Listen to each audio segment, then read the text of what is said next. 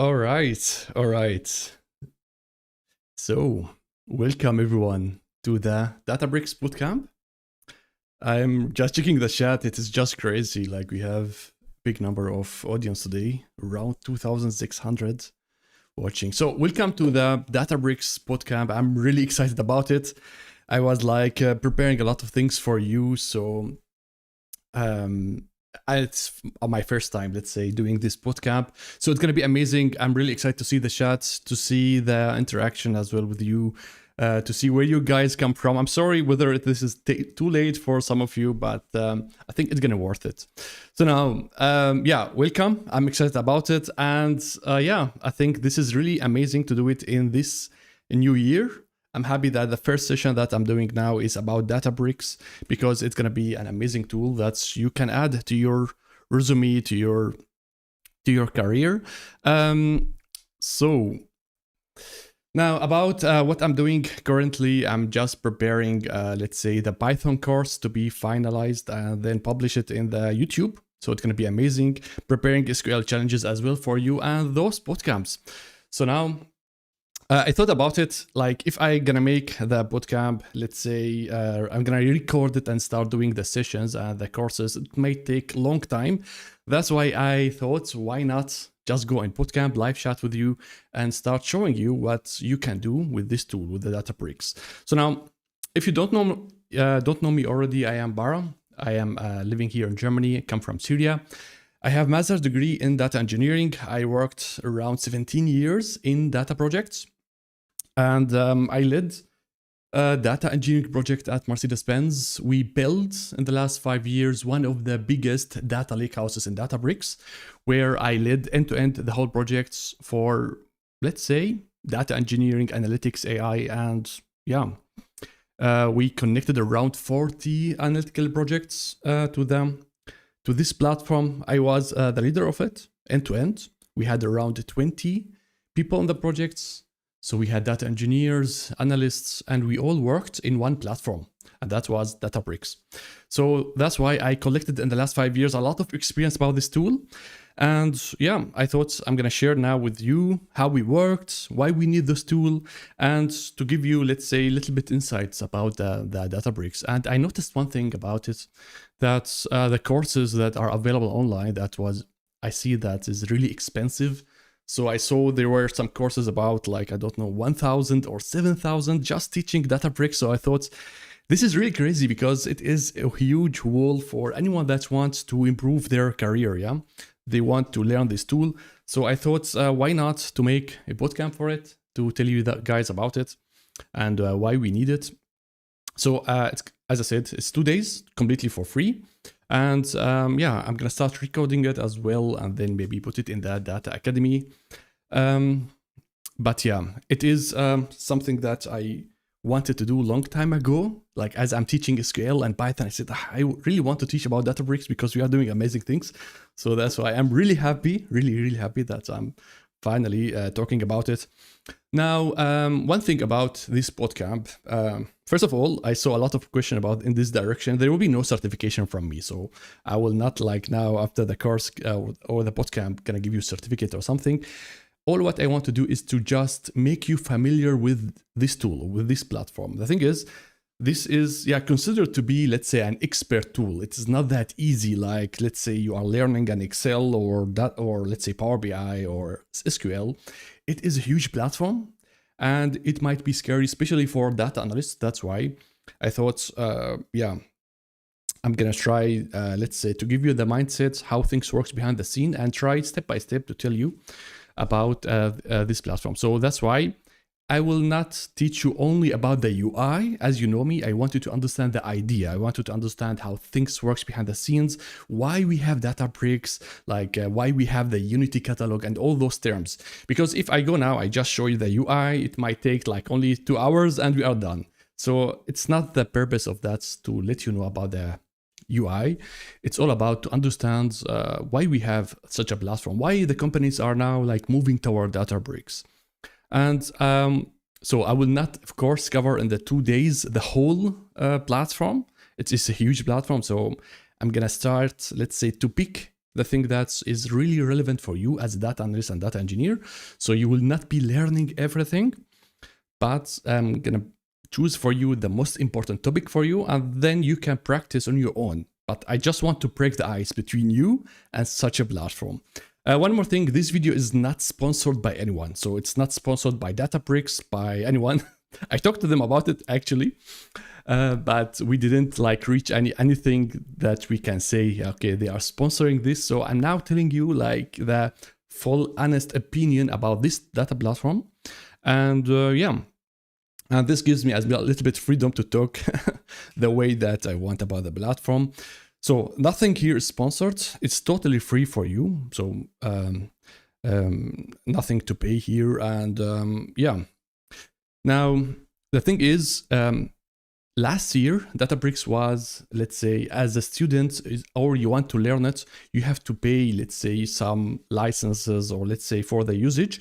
But we have good news that by the end of the last year, they created a free edition for you. So that means if you want to follow me in this bootcamp, you don't have to pay anything. You're gonna get free accounts from Databricks totally for free, and as well all the materials, the GitHub, the Notion, everything that I'm giving you as well for free. So you don't have to pay anything. Creating the account gonna be very easy. There is nothing to be installed locally at your PC, so you don't have to go and install anything. You just need your web browser, and that's it, guys. So, and one more thing that I wanted to say that's about Databricks.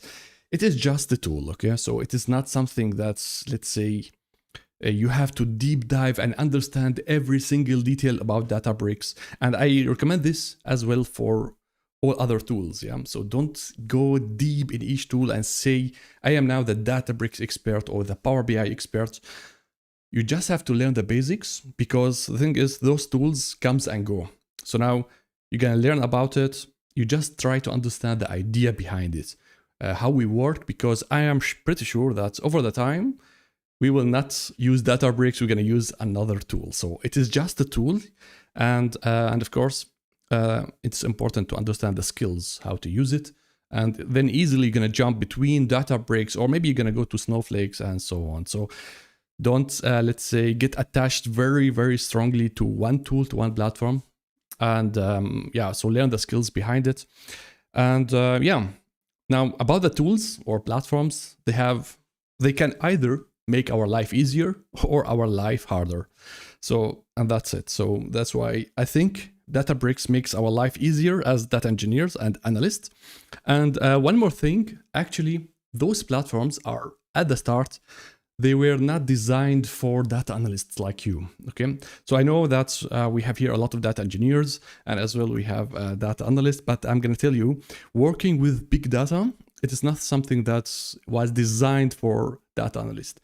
Data analysts like always used, let's say SQL, or maximum they get to Power BI. So now we're gonna push harder, and we're gonna take you to a new platform, which is a place where you work with big data, with a scalable system, and at the same time, it is easy. So it is not that hard. So yeah, I'm gonna show you now the roadmap where we're gonna start. And yeah, I'm gonna go and share my screen. I hope that you guys can hear me well. About the question that you are posting in the chat, I will not be able now to read the chat and answer questions. It's gonna be will be a session where we're gonna go through your questions, okay? But of course you can talk to each other and start chatting, but don't focus on the chat. Focus on what I'm trying to say and what I'm explaining. Now let's go to the Notion. So now I'm sharing my screen, and one of the things that I have prepared for you is the Bootcamp. So the Bootcamp completely, let's say all the links and everything, I put everything in the Notion. You can use it after the Bootcamp as well. It's not only for now, it's not only for day 1 and day 2. You can take it as well and work on it, let's say, after the sessions, and you can extend it. You can go and copy the Notion roadmap, and you can extend it maybe for more content. So I'm just giving you, let's say, the first step, okay, on this platform. And I'm trying to make it as, as easy as possible for you. Yeah, so now at the starts, we have some, let's say, some important links and which skills you need, again, for data analysts. I'm gonna show some SQLs, So you should have some basics of the skills, but we will not do crazy things. We're gonna do only like select, join, where, and those stuff. So we will not be doing some intensive SQLs. And for data engineers for tomorrow, you should have some Python, PySpark. PySpark, I would say it's not necessary because I'm gonna show you very basic things, but at least Python skills for data engineers.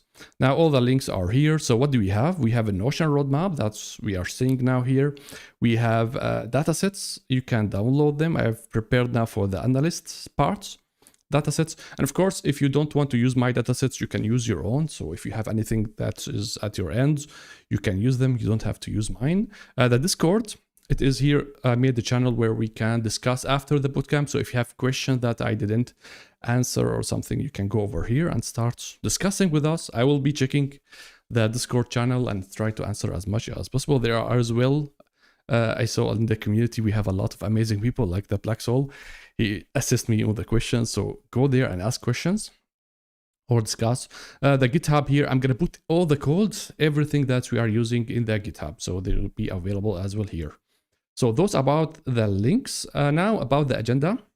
So the day one, I split it into introduction and data analytics. So that means introduction, it is as well important for you as a data engineer. So the whole day is not only for analytics, okay? So data engineers don't leave, stay here, get the introduction. And of course, during my first session about the data analytics, I'm going to be explaining a lot of things like the Unity catalog, the clusters, the compute and stuff like that. So I would say for data engineers, stick for the 2 days. For the second day, it's going to be about data engineering, purely for data engineering. So what we're going to do, I'm going to introduce some concepts, some things that are relevant, let's say about Databricks, and as well some generic things. And then I'm going to try to build with you, like, let's say, very mini data lakehouse, okay? So we're going to build bronze, silver, gold using very simple, let's say, files. I will be using the same data that I used in the SQL data warehouse because the data was really, let's say, not ready, and the data was a really good example on how we do transformations. So that's why we're going to build the SQL data warehouse, but using now Databricks and data lakehouse concepts. So now about it today, I will give you an introduction about what is Databricks. We're going to have 15-minute break, and then we're going to go, let's say, into all topics of data analyst inside Databricks. And at the end, we're going to do Q&A and recap. Now, the thing is, this is the first time I'm doing this bootcamp. So I don't know how long this is going to take. I hope this is going to take less than 3 hours. But yeah, it depends on, let's say, the energy, or let's say how fast I'm going through the topics. But I'm going to take my time. So it's like I'm your friend. We are sitting together and I'm explaining things that I know. So if things take longer, then it's gonna take longer. But I hope not. So that's why I will try my best to speed up a little bit and cover as much as I can. And one thing before we kick off, let's say the first part, it is totally okay if you, like, let's say 30% or 40% of things that I'm explaining, you don't understand, okay? So because I'm going to try to bring a lot of topics, a lot of things that are maybe not that relevant yet for you as a data analyst or new for you. So if you get from the whole bootcamp only 60%, 70%, then I'm totally happy about it, okay? So because you cannot explain the whole thing in 2 days, okay? So that means after the bootcamp, try to read, try to cover the gap. Okay, Bharat said about the Delta Lakehouse. What is the Delta file and stuff? So you have to do your homework as well and try to understand the gap that you have, okay? But I don't believe that you're going to cover the 100% from only 2 days. This will not be possible. Now, about the first day, as I said, we're going to go about some theory. As you know me, I don't go immediately to the UI. We go through the theory. I want you always to understand the UI. As I said, it is not that important. You can do it without me. You can just check, I don't know, some tutorials on YouTube and maybe you understand the UI. But more than what is for me more important, I want you to understand the things, the theory And with that, it's going to stick on your head and you're going to understand why we are doing what in Databricks. And at the end, by the way, there will be homeworks. So I will, after we're done today, I'm going to send you like 2 homeworks, one for the introduction. I have prepared already the homework for the first module, but for the second module, I have to prepare it after the session. So I'm going to send everything in the email as well about the homeworks. Homeworks, they're going to take, I believe, at least 3-4 days. Okay, so you cannot cover it for the next day. So it's a homework that you take your time and do it. And yeah, for each module, there will be at the end some tasks for you. And I'm going to say, we're going to start. Let's go and start. So now, of course, I don't have PowerPoint prepared or anything. As I said, as a friend, I'm going to explain things. So I will now jump to another tool. Just let me try to do this. Now, let's go to the first point. Why we have Databricks? What is the idea behind the whole thing? Now, so yeah, this time I'm not sketching, because sketching, I've noticed it's going to take a lot of time doing the whole sketching. So that's why I will use now another tool for the presentation. So now the whole idea, I want you to understand the whole idea. Why do we have it? Now, let's say that you are, let me just bring this here and start recording. So now, this is the whole idea. So you are a data engineer, a data analyst, like whatever, and you need to do some processing of the data. You want to query data, you want to do aggregations, you want to do some data transformations. So now what you do, usually you have, like at the start, we had only one machine, and we send our query, the query going to be processed, and then somehow we're going to get a result back from this machine, and we're going to get our result, our data. Now, this worked for us as a data analysts and data engineers for some time, until the company starts to, let's say, provide more data. So the data in the companies are getting bigger and bigger, because we are able to connect machines, we are able to connect, let's say, new sources of data. So as this goes big, as the data goes big in the companies, we have as well to have as well bigger processing machines, so bigger server, bigger computing resources. So what we have done at the start, we went and started buying bigger servers. Okay, so bigger machines. But the thing is, at the end, like whatever you get, it will not be enough. This one machine, it might break. This one machine still takes a lot of time, and this concept, you cannot scale the compute as you are scaling your data. So that's why came the first idea. Like this is around 20 years ago. I know I went very far away, but this is the first idea, the Hadoop. So what we said at the start, we said, okay, you know what? This one single point of computing will not work. What we have to do is to go and split your compute into multiple nodes, multiple machines. So we need multiple things, okay? And now, as well, we split our data. So we went and splitted our data into those machines, okay? So now, let me just copy and paste. So we splitted the data into different machines, and this is awesome already, because you know what? If one of those machines did fail, that's totally okay, because we have the other machines, and as well, at the same time, we are faster, because they're gonna process those chunks faster than one big chunk. So that's why after they are done, they're gonna go and give us the data. Let me just get something like this.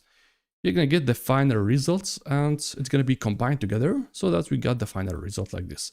Now, this way of splitting into multiple servers, multiple machines, that was amazing, because it speed up the data, and whatever, like however the data is big, we were able to, oh, I see that we have people that are invited. I don't know why. So please don't go in as I'm explaining. Now, so that was a great way to scale with the Hadoop. So that's why the first idea of how to handle the big data, and we data engineers were happy about it, and we start doing big data processing using Hadoop. But there were one big issue with the Hadoop. It is really annoying that the data gonna be stored inside our hard disks. So the data still, let's say, slow. The processing still slow because each of those small servers has to interact with your read and write activity on your hard disk, and this as well takes time. So that's why this was, let's say, the biggest drawback of the Hadoop. That's it is using your hard disk to store those chunks of data, and that was not enough. That was not enough. That's why another team, I think around 29 or something like that, Spark came. A team said, you know what? The idea is great. We're going to have this splits, but instead, just put the data in the memory. So use the memory of those servers. Don't put it in their hard disk. Now, of course, if you are using memories, it is like limited with the size and stuff, but it was a great idea. So that means we're going to put the data inside the RAMs or the memory. And this is the, let's say, currently the best concept on how to process big data. This is the solution currently on how to do it, but we don't have now currently better than this idea on how to process data. And of course, there were like next problems, you know, like how are we gonna program this? How are we gonna code this? And of course, at that time, PySpark was the Python was the best thing to do. So that's why they thought, okay, we're gonna put the whole commands and whole thing inside Python, and people are gonna use just our library, so PySpark, in order to build this setup. So that's why it was easy for us then as a data engineer to say, you know what? I know Python, I can work with Python, and I can build this whole thing. But so far, it was only data engineers working on this. So, or let's say IT people, yeah. It was only for the experts of data processing. So, yeah.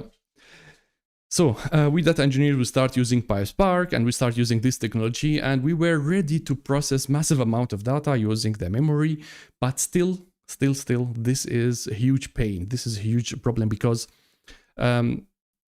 we still have to configure a lot of things. We have to configure the storage. We have to configure those nodes. Like we spend a lot of time just to make this picture in reality, not only theory. So that's why if we hired, let's say, data engineers to do this, they're gonna spend all their time configuring those servers, preparing the let's say the storage, the blob storage and stuff. So they were exhausted, the data engineers, just to make this. That's why came Databricks and say it is, by the way, the same team. So the same people that came up with Spark and the PySpark and the whole technology, they said, okay, you know what, we should now build a platform. We should build platform. We see the struggle, and they they started the Databricks company, and they said, you know what, the best thing to do, we as a Databricks team, we're gonna handle the whole complexity of this setup. So we're gonna build something called Databricks. Let me just put this in the correct layers. Where is it? So, yeah. So they said, you data engineers, okay, get out from this picture. It is, you are wasting a lot of time here. And we gonna make a very, let's say, we're gonna make a layer for you. And we, Databricks team, we're gonna take care of this infrastructure to make it easier for you. And you as data engineer here above, you just have to deal with your projects. You don't have to deal with the infrastructure. The infrastructure is something that's going to be in our hands. You just focus on your projects, build whatever you are processing, focus on the data, focus on the projects, and don't focus on this here. And in few clicks, you can build a complete, let's say, clusters and things like that. But so that was the main idea of Databricks. Okay, so it came all from processing massive amount of data. And it came from the Spark, the Hadoop, the Spark, and then PySpark. And now they built this data platform since, I think, 2013. We have Databricks. And yeah, and data engineers were happy about it. I was happy about it. I started using it around 2019, 2020.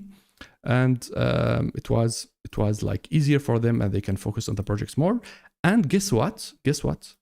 Not only data engineers, now we have data analysts that are interested, or let's say it is easy now for even data analysts to start working and on this big data platform. So it's not anymore only for the specialist to work on Databricks. It's as well for people that are near to the business and try to answer business questions. So actually, we have now a lot of things for you as data analyst. And now they are pushing the platform, of course, to all different users that they want to work with the data. So even like the business users now, I'm gonna say they can actually start using Databricks using AI, of course. So now that's why you are here as a data analyst. You want to work with Databricks. You want to extend your knowledge about this. And for us data engineers, Databricks just made our life easier, okay? So instead of wasting our time on the infrastructure, we get something out of the box. And now the second benefit for you as data analyst, it is finally easy for you to start working with big data. All right, so that was actually the history. This is the main idea of why do we have a Databricks. Now, so this is the technology. There is another reason that our Databricks company are trying to, let's say, explain for us why Databricks is there. Let me just go to the second here. So now, yeah. So now I'm gonna tell you from company perspective why companies are interested on the Databricks, and this is how they sell it for us. I think it is correct. Okay, so it's not something that I think they are wrong, but I have a different opinion about it as well. So now the thing is, in companies, especially in big ones, you don't have like one central team that is handling the data, okay? So you don't have like one central platform to say, you know what, this is the single point of truth. You're gonna have many teams are building data projects. So you have departments, you have sectors, you have a lot of teams, a lot of people. I don't know everyone for example, at Mercedes-Benz. It is so huge company. It is like impossible to know everyone that is actually doing projects. So the thing is, normally in companies, you have really huge number of projects that are doing something with the data. So they might doing some AI, the other are doing some dashboarding, standard reports and stuff. So you're gonna have a lot of data projects. And the thing is, I've seen that, of course, and it was really painful because let me just take here an icon like database. Each of those projects, like if you are a team and you start building any projects, you have to decide on the tools. So you're gonna say, you know what, let's go and use for this team an Oracle database. The other team gonna say, let's go and use the SQL server. Third one says, let's go and build the data warehouse using SQL server. So they start building their projects using completely different tools. So each one of them gonna have different tool. So not only the storage, by the way, it's as well how they process the data. So each one of them as well gonna go and check the market. Okay, let's take this one here. I'm gonna use Talent, for example, in order to process the data. The other one gonna use another tool. Yeah, and each of those teams gonna start processing the data using different teams. Different tools like Informatica, Talent, the other one can use maybe Data Factory and stuff like that. So they all have their own pipelines. And of course, data visualizations. Now, thanks God, we have Power BI and Tableau, because before Power BI and Tableau, there were a lot of tools that are used, but it's somehow Power BI and Tableau, they managed to reduce the number of tools to only 2. But still, it's not clear what is better really, Power BI or Tableau. But I can tell you 2 is better than 10, okay? So each one of those 2 teams start as well having their own front-end tools. And like, I'm just showing you a small picture, okay? So imagine how big the companies are, and each department need to see some numbers. They need to see they have their key metrics, and they need a team in order to bring those metrics from the sources. So it was total chaos, and I was one of those teams, okay? I worked before using an SQL server as the ETL tool. I used Talent. That's why Mercedes-Benz did hire me, because I was Talent expert. And I used Tableau. And in the whole company, they have different tools. Not only the tools are different, not only the storage are different, it's as well the policies are different between those people. So for example, if you come to my project, if I am, let's say, if I am okay with the data security people, I might give you all the data. But the other one, they might say, you know what, I'm not gonna give you an access to all the data. I will give you only access to only few rows. So each one of us starts defining different policies on how to access the data. And that was a nightmare, because it really depends on the humans that are running the project, and as well the security and how you understand the security. So that's why we had like different technology, different policies, and the same data as well might be around, but we don't know about it. Like for example, I can give an example. If we are having the customer's data, the customer's data might be as well in different projects, but we don't know about it. Like maybe this team got an Excel with all customers' data, and they store it inside their system. So if you come as a manager in the platform, in the company, or you want to do some data governance, it's going to be almost impossible, because the data is all spread around. There is no, let's say, unified, or let's say there is no one overview of the data. I don't know where are the customers' data. They are everywhere. We try to manage it, of course, but it is nightmare. This is all, let's say, before using a platform. And Databricks now promise us, they say, you know what, you can use my platform, you can use my tool, and let me just make this everything smaller. So Databricks says, you know what, you don't need the whole thing, just build one data layer. So let me just try to here, right? Data layer, or let's say we're gonna call it Delta Lake. Build one layer of data. So put everything that you have in the company in this layer. And after that, go and define the policies. So after that, we're gonna define the policies using something called the Unity catalog. So you define the policies only once. If you say, for example, the customer's data goes only for this department, then you define it only once. And then bring everyone from the company, and they start doing their use cases. I think they are the data analysts, so sorry for that.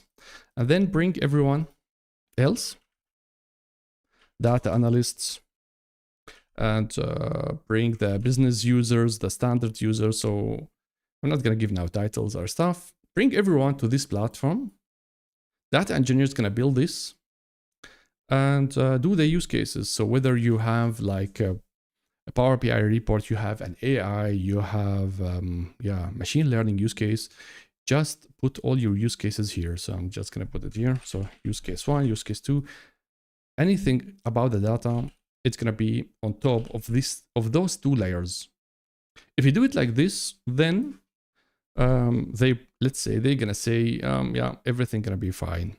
Now, I've seen this transition before. So I was on the left side, and me, myself, before 5 years, we moved to this. And I can tell you, it's, the tools always, the platforms always like promise you, let's say that they're going to solve all the issues, but it's always about the mindset of people that are building this platform, that are using the tool.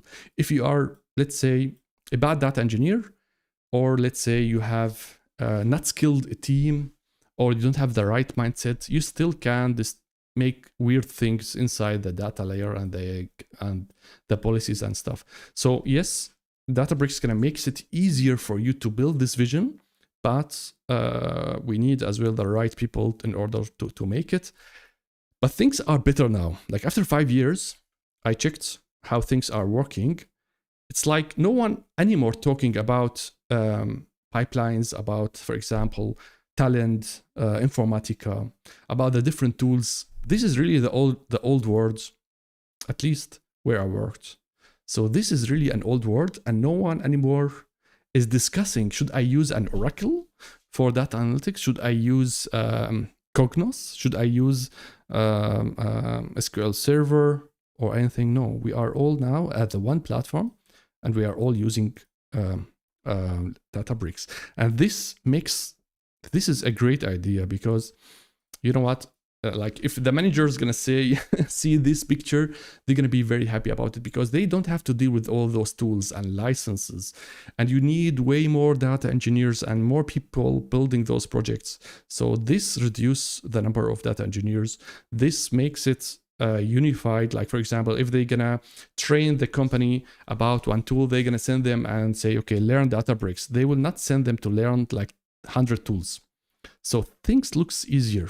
And I believe things are way easier than before, but still it is not clean, not really good on how we build those data products. So now that's why I just want to tell you, this is what Databricks try to sell. Let's say if you go to the presentations, I believe it is 50-50 true. It's always depends on the people that are building the project, but still it is way better than the old words, okay? Now, that's why a lot of companies now, they dream of this. They want to build this because they know how expensive the old words. That's why a lot of people now are moving to the Databricks and they are learning those tools. I'm sure one day we will not have Databricks. We're gonna have another tool that is maybe gonna be hype, okay? It's not about the tools, it's about the idea. But this is one step into making things easier. And of course, you as a data analyst, you're gonna use a Power BI maybe in order to do some data analytics on the platform. So this is, let's say from technology perspective, why we are, sorry, the previous one. Yeah, so this is from technology perspective, why Databricks exists. And this is from the other side, like let's say company, why the companies are moving to Databricks, okay? So this is so far about this. Now, I'm gonna tell you how we use Databricks in real projects. So I have here some icons. I hope that is all clear for you guys. So now, how we build usually Databricks and what are the different rules. Let me just go to this mode and start explaining it.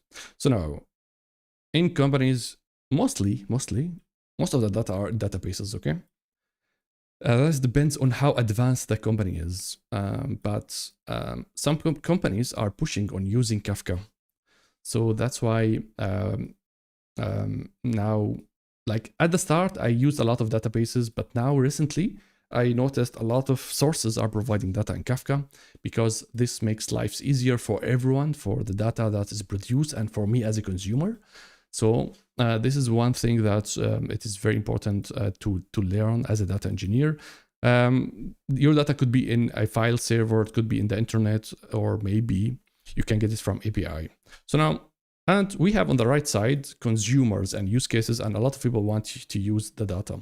So now, the first thing that's going to happen is that they're going to bring you data engineer and going to tell you, okay, you're going to get an empty Databricks. So this is Databricks. This is you, data engineer. Go build for me the platform. So this is the heavy lifting, to be honest. This is unfair.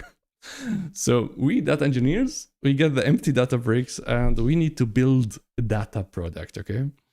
So what happens is that you're gonna, like, Databricks gives us some reference on how to build such a data system to say, you know what, build something called Data Lakehouse. I'm gonna go in deep details about Data Lakehouse tomorrow because now I'm trying to make it, let's say, more focused for data analysts. So now, what's gonna happen, you as a data engineer, you're gonna make 3 layers. So you're gonna make something called bronze layer, silver, and gold. Now it's called the medallion architecture. And let me just give it the names here. Bronze. Now here we have the silver. And then the golds, okay? So those are your 3 layers. And why we have 3 layers? It's because it is separations of concerns. It is easier for us to manage 3 different purposes than just put everything in one place. Now, we will not go in a lot of details. What's going to happen is that you're going to go and pull the data from wherever the data comes from. You're going to go and build your pipeline to load those 3 layers. And what else? Of course, you will be configuring everything in the Unity catalog. And again, I will not go in details. You can understand those stuff maybe starting from tomorrow. And you're going to build the data lake house, my friends. This is our job. This is all what we do. Let me just put everything here so that it looks nice. Okay, so you're going to build this data lake house. So,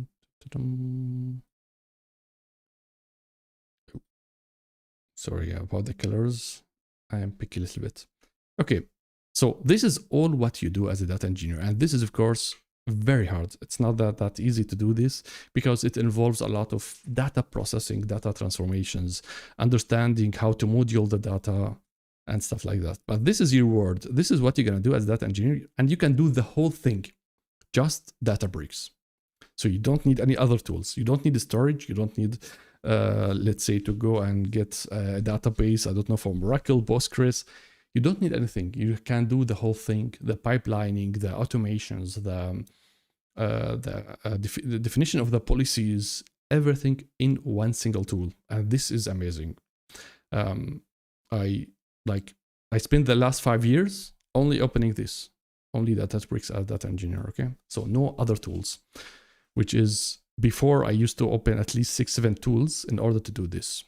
So now this is your main job to build this. And of course, everything ends for you as data engineer as you build the final layer. So the gold layer is the final product that you come and say, you know what? I have now all the data ready. Everything is prepared. And now I have something called data product, and you start using it.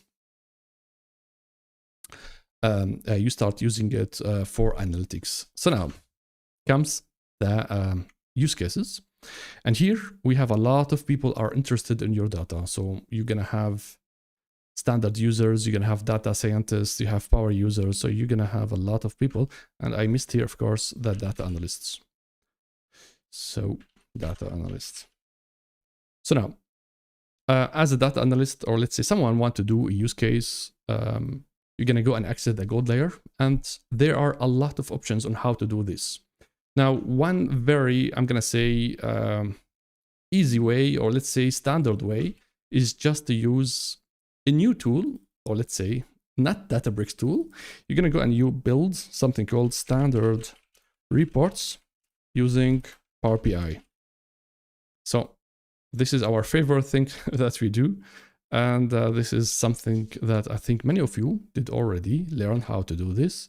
So what we're going to do, we're going to go and connect the gold layer, or start consuming the data from gold layer, start building standard dashboards for our users. And then comes those standard users. When I say standard user, it is just a user that can click, okay? It's not someone that can do any big things. So you build let's say the standard reports for them, or maybe for you even, depends on the use case, and you offer it as a solution for standard users. But this is not the only thing that we can do with data. This is one of the things, but of course, this is something that we do a lot. Okay, we build standard reports. Now, another thing that actually you have to do as a data analyst, you have to do something called data exploration. You have to explore the data. Yeah.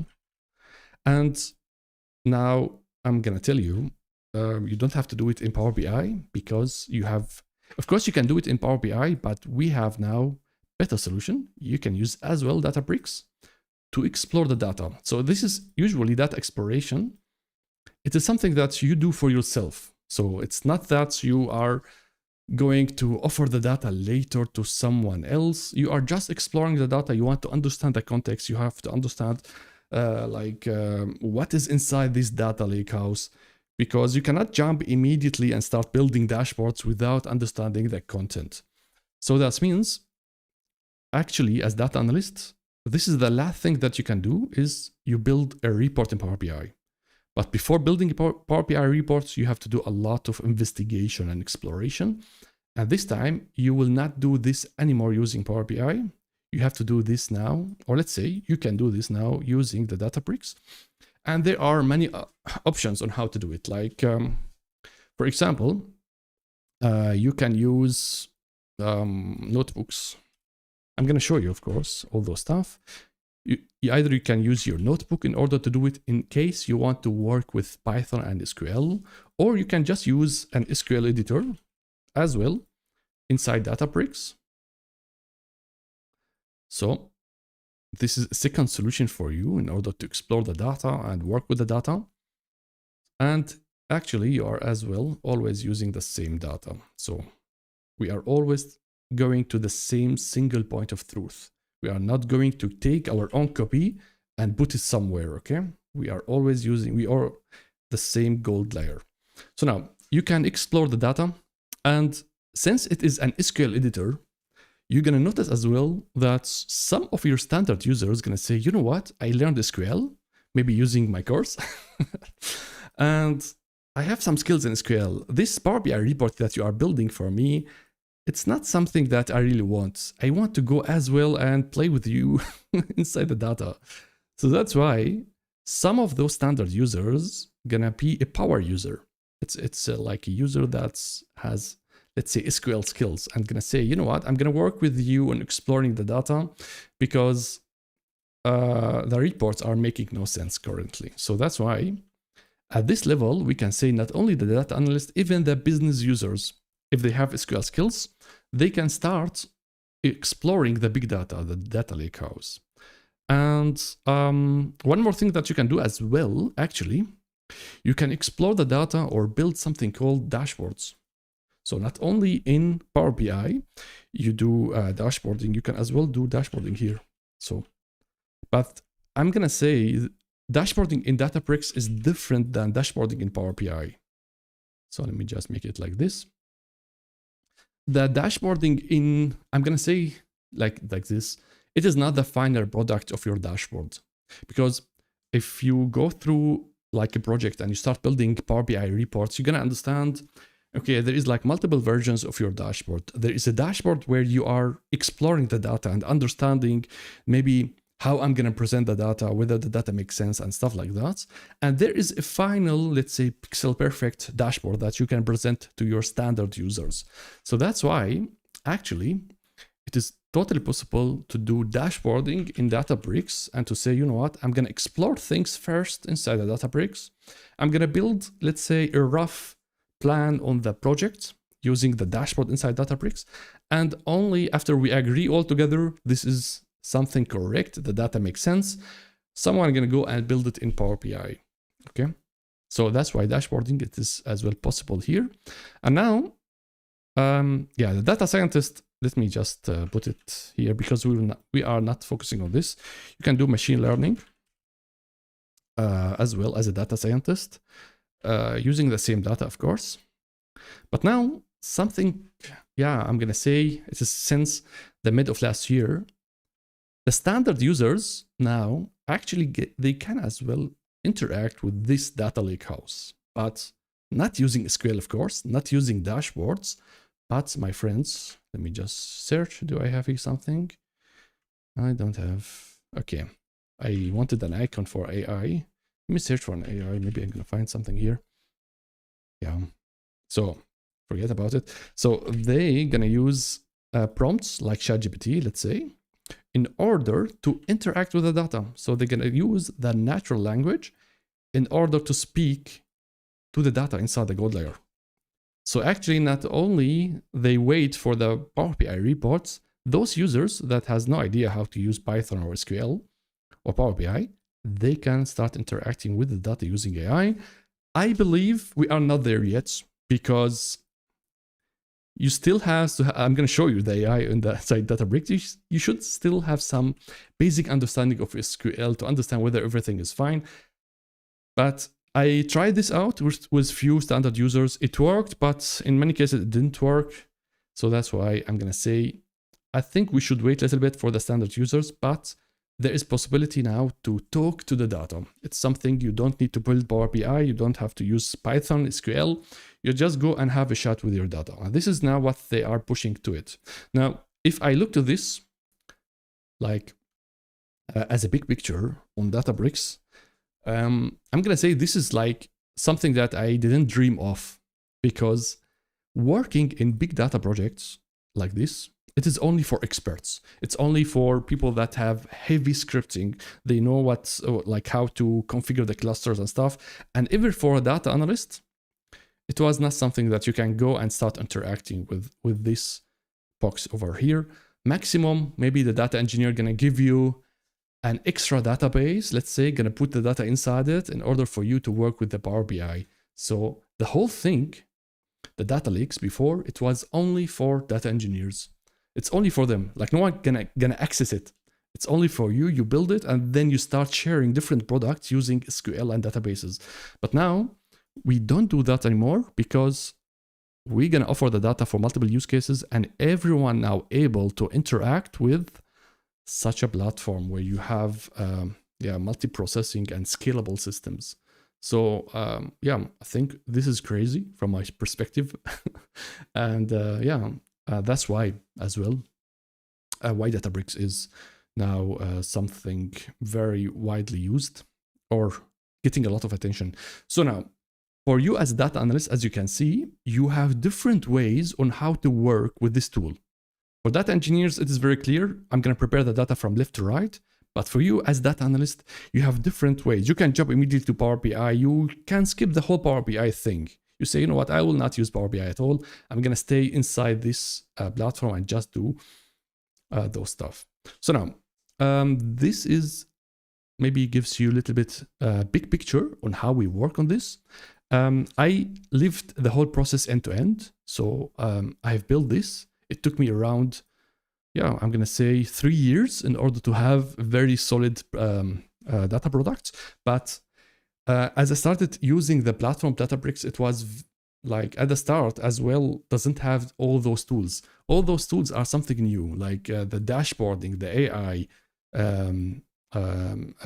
the Unity catalog. All those stuff are very new. It's only 2-3 years old.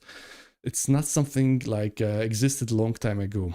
What existed a long time ago is how to use Databricks to, let's say, to use the compute and storage to build those 3 layers.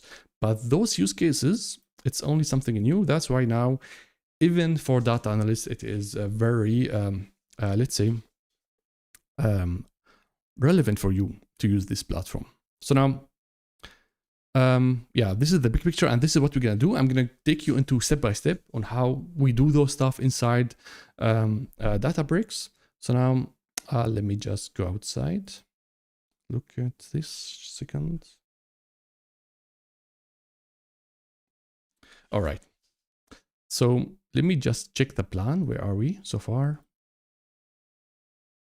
So now I'm gonna say we covered from one machine to Databricks. I explained for you why we have it, from company's perspective, and Databricks and a real company's workflow. We talked about it as well. So now I'm gonna take you into the tool. So I talked a lot about it. By the way, I'm gonna go and share those stuff with you. So you're gonna get an access to this, what I'm drawing. And now, let's go to Databricks and start checking the interface. The first thing, you can find, of course, the links in the Notion, or you just like search for it, Databricks free edition. You're gonna sign up for the free edition. And if they ask you whether you're gonna use it for personal or for work, it depends. Like for me, since this is work, I'm gonna use the let's say the enterprise edition. So I'm gonna pay for it. But for you, as you start learning Databricks, and only for learning perspective, it is totally free for you. But if you go and you start using it in order to sell a course or maybe for your work at the company, you are not allowed to use the free edition. But for you, this is free. Before, like 1 year ago, it costed money to do this because they were like a community edition. It was pretty bad, let's say, missing a lot of features. And most of the students went and started using Databricks where they paid money for it. But now it's free. So congrats. Really, I'm happy about it because this is going to cost you some hundreds dollars in a month. But starting from now, it is free edition for you, will not cost you anything. And yeah, let me just say something. I want to still motivate you about to learn this. You guys are all learning Excel. Guys are learning Power BI, and the job market is horrible now. It's really horrible to find a job, but you can do it, of course. But now if you go and say, you know what, I have knowledge about Databricks. I know how to analyze your data in big scale using cloud and stuff like that. It's going to be really a big addition for you, and everything for free. So, and that's why I'm trying now to give you this demo as well, to be as well for free for you. So there is no for you a blocker at all to start learning those technologies, and it can open your perspective on how scalable, or let's say big companies works. Okay, so I really recommend you to do that. It is not that hard, and yeah, just go and get your free edition.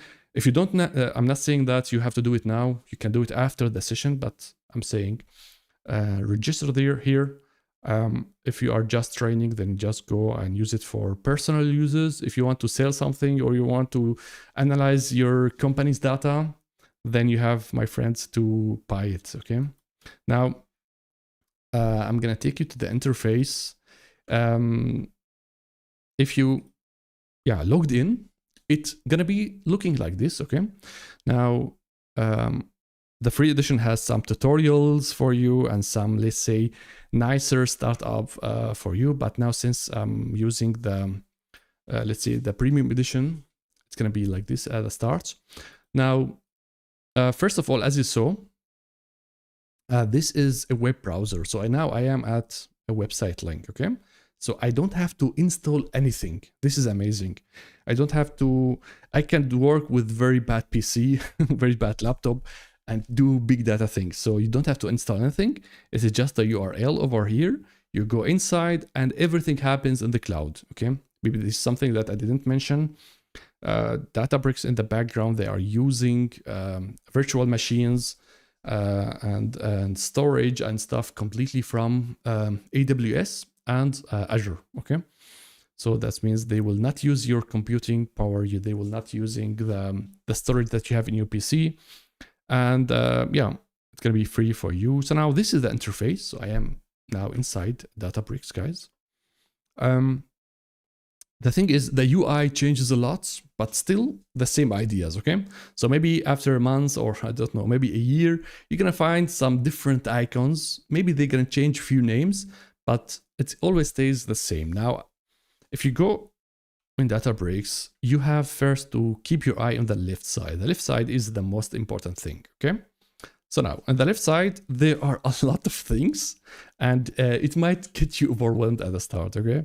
Because you're gonna find here, I don't know, workspaces, recent catalog, SQL stuff, data engineering, AI, and like a lot of stuff. So this might confuse you at the start. Now, if you are a data analyst, you have to keep your eye on one section that is very important, the SQL section. All those tools in the SQL, it is something for you as a data analyst. So there is no way around it. All those stuff, you can use it and you can try those out. So the whole SQL section is for you.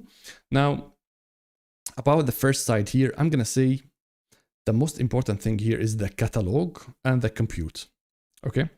So now, I'm going to say, let's go to the catalog. So it's, of course, the first question that we always ask ourselves, where is the data in each platform? If you go to Power BI or Excel and something like that, the first question you're going to say, okay, before I play with the data, I need that data itself.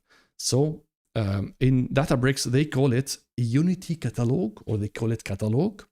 And they present the data in a way that looks like a database. So it's, if you worked before with SQL Server, maybe with PostgreSQL, it's going to be very familiar for you. So the catalog, it's where your data is. It looks like a database, but it is not a database. It's very important to understand. This is not a real database. Okay, there is no database management system running this over here. Okay, and yeah, so the catalog is important. The other thing is the compute. Now, in the free edition, there is only one, let's say, one compute for you, one server for you that you're going to use, because they don't want you to create any new servers and stuff. Then the free edition going to cost a lot of money.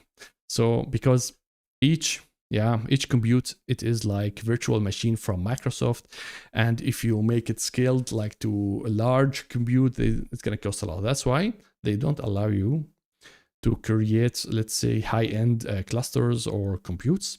They're going to allow you to have only one. So you need storage always, and as well the compute. Now about the catalog, let's go back to the catalog. I'm going to tell you something here. I have to go back to show you an image. So just a second.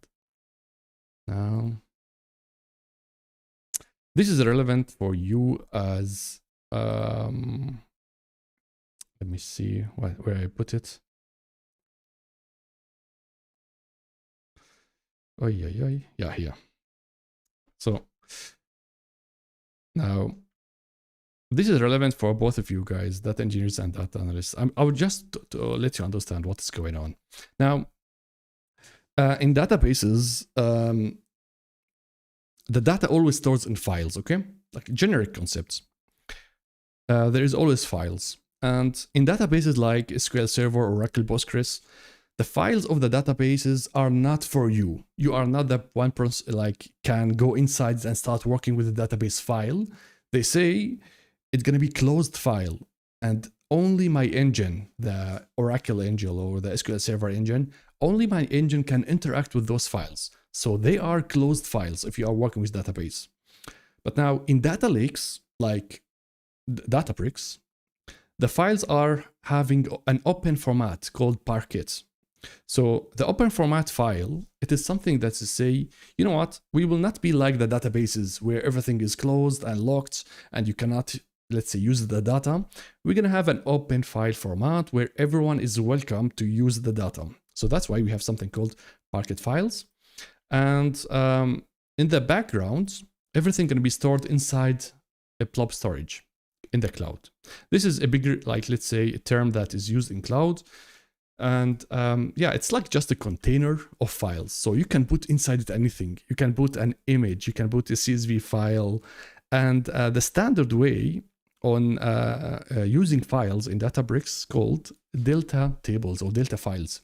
They are Parquet files, but with some, let's say, some extra logs and transactions, like extra add-ons. But it is an open file that actually you can use it for any purpose. You can use it in Databricks, you can use it outside Databricks. So it is something that was open and you can use it. And now, 2 years ago, you have as a data analyst to deal with those files, okay? Because it was the way how you work with Azure and how you work with Databricks. Everyone has to learn how to work with the delta files and how to read the data from file. So everyone, like even as a data analyst, you couldn't able to go immediately to SQL and start using it. You should start using some Python code. But now things changed as they said, you know what, this is still very hard for people. Like only experts can deal with this. That's why let's make something that everyone knows. Something looks like a database. So they build something called Unity Catalog on top of it, or let's say Metastore, that makes it looks like a database for you, and database everyone can use it. So they, as you know, in database systems, there are always hierarchy on how you find your data or how to organize the company's data. Though in Databricks, they start with the Metastore, and then you have something called catalogs. Let me just do this here, laser. So it starts with the Metastore. This is the highest node. This is the company. Yeah, so I'm gonna say this is my company, and then you can build different catalogs in Databricks. You can say, okay, for the sales, I'm gonna have catalog for the development, another catalog for the production, maybe for the HR, another catalog. So for each project, for each big thing, we can create a new catalog. And now, of course, inside each project depends on your design. Like you can go and start building different schemas. So I can say, okay, in my project, I'm gonna go and adopt the bronze, silver, gold. So I'm gonna go and create schemas. So far, everything is logical. Like everything is just to organize data. It's nothing like you don't see data inside catalog, you don't see data inside schemas, or it's just how you organize the company, okay? And now, inside the schema, things gets interesting. You can build a table. This is, I think every one of you knows, SQL table. Like you have rows and columns and stuff, or you can build a view on top of it, or you can build something called a volume. A volume is just like, a folder that looks like blob storage, where you can put data that is not ready to have the table shape. Not all data have columns and rows, right? So you have some JSON files, maybe an image, a video, whatever. So you cannot put everything as a table and view. That's why you have the volume. And it is just a folder container where you can put all those stuff inside it. And then there is something called functions. It's some advanced things. It's in case you want to build some automatic filters or you are building some row level security and stuff like that. Now, this is the main idea of the Unity catalog in Databricks. It is just a way on how to organize the data and to hide the complexity behind Databricks. So you don't have anymore as data analyst to understand all those stuff. But as a data engineer, you have to learn how to process a Delta file, how to load into Delta files. This is something that we still have to deal with, but it is way easier than before. As data analyst, you don't have to understand the whole technology. So this is exactly what I'm trying here to show you. This is again the catalog. I'm here, and let me just here. So now we have workspaces. So no, let's start from the top. My organization. So this is my big company over here, and then below it we're gonna have a workspace for each project. So for Para project, we're going to build one. For your project, we're going to build one. So each one of us is going to get a project. Inside it, we're going to have schemas. So here, maybe I'm going to go and put the silver. I'm going to put the bronze, the gold, and stuff like that. And then inside it, if you drill down, you're going to find the tables or the views or the volumes. So now everything is empty if you started with Databricks because you don't have any data. And that's why we're going to change that. We're going to go and upload data to it.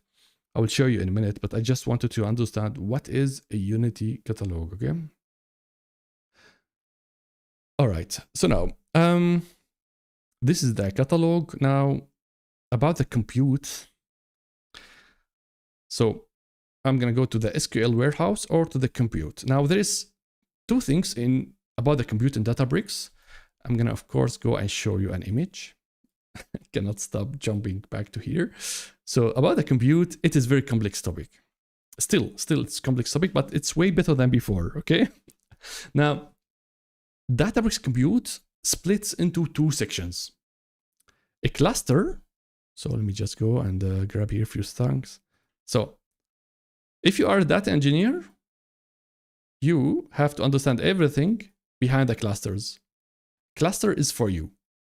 So a cluster, it is something that I'm gonna be building in order to configure how to process my data. And usually I do everything using PySpark and Python. And I have to, I have a lot of details to prepare, maybe some libraries, maybe some installations. So the clusters are something advanced in order to do data engineering or to do, of course, data science. Yeah, so if you are a data engineer, data science, you have to go with the cluster way. But if you are a data analyst, my friend, you have a nice life because you will be using the SQL Warehouse. SQL Warehouse, it is as well a cluster, a compute, but it is made really easy that you can configure it very simple. So You just have to say the size, like the t-shirt size, S, XS, medium, large, X large. So it's just you configure how big is this warehouse, and actually who can access this warehouse, and that's it. So actually it is totally optimized, totally prepared for you to reduce the whole complexity of the whole thing below it. So you don't have to understand anything over here. You just define the size of your warehouse and start using it. And as a data engineer, you're going to be using cluster, and there will be a lot of options. But sadly, in the free editions, we are allowed all to use only the warehouse. Okay, so you cannot configure any clusters. It's going to be something that I think you have to go to the premium and start paying and configuring your Azure and stuff like that. So it is not easy to learn all those stuff as a data engineer, but as a data analyst, you don't have to deal with this. There is something called warehouse, and this warehouse is a cluster, powerful cluster, and you decide the size of it. Now, there is like two ways, or let's say two types in each. There is a serverless, and there is something that you manage. So a serverless, just to let you understand, I have a picture here. No, I don't have a picture. So now behind each of those clusters, let me go back here. Okay, so we are at the SQL warehouse. This serverless warehouse, it is something that starts immediately and always online, let's say. And you can use it immediately. Now, the old way of using warehouses, it was you have to spin up, you have to start the cluster or the warehouse. You have to wait 10 minutes until Databricks starts the Azure virtual machines and stuff. So it is a process that took a lot of time, let's say 10 minutes to start. And as well, let's say about the speed, it was something that, not that fast. That's why now we have something called serverless. Serverless is always online, and you pay for, let's say, for only if you use the data. So like before, without serverless, you have, like, I cannot create here one. I have only serverless. Once I click start, so as you can see here, there is a start button. So start this warehouse, it's gonna start now. Once I click start, I start paying for the whole infrastructure for Microsoft and Databricks. But now I click start, but I'm not paying anything because I'm not using the platform, I'm not using any data. So it is always online. And only if I start using the data and start processing the data, I will start paying for the service. So that's why the serverless, it is something as well introduced last year.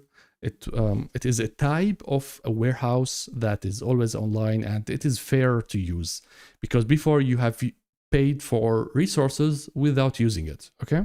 Because you just started it. So the serverless, you're gonna find it in compute and as well in the warehouse. So now as a data analyst, you usually don't have to go to over here to the compute. You always go to the SQL and you find the SQL warehouse and you start it. Now, each one of you, once you create the accounts, you're going to get this serverless account and you can start. As you can see, it is small. So I cannot go and make it larger. But there is one thing that is cool here, guys, since we are at the cloud and we are doing a project in the cloud. Now, this something happens a lot. Like if I am working, if I start my day and I start working in building a dashboard, or let's say working with the data, I always use a small server, okay? But now let's say that I have presentation day and I have to show a very important analysis to my manager, to stakeholders. So I am in a meeting like now, and I want to start presenting the results. In this day, I go and make it large, in case to make things faster and to make things smooth, okay? So this is something like you didn't dream on the on-prem before.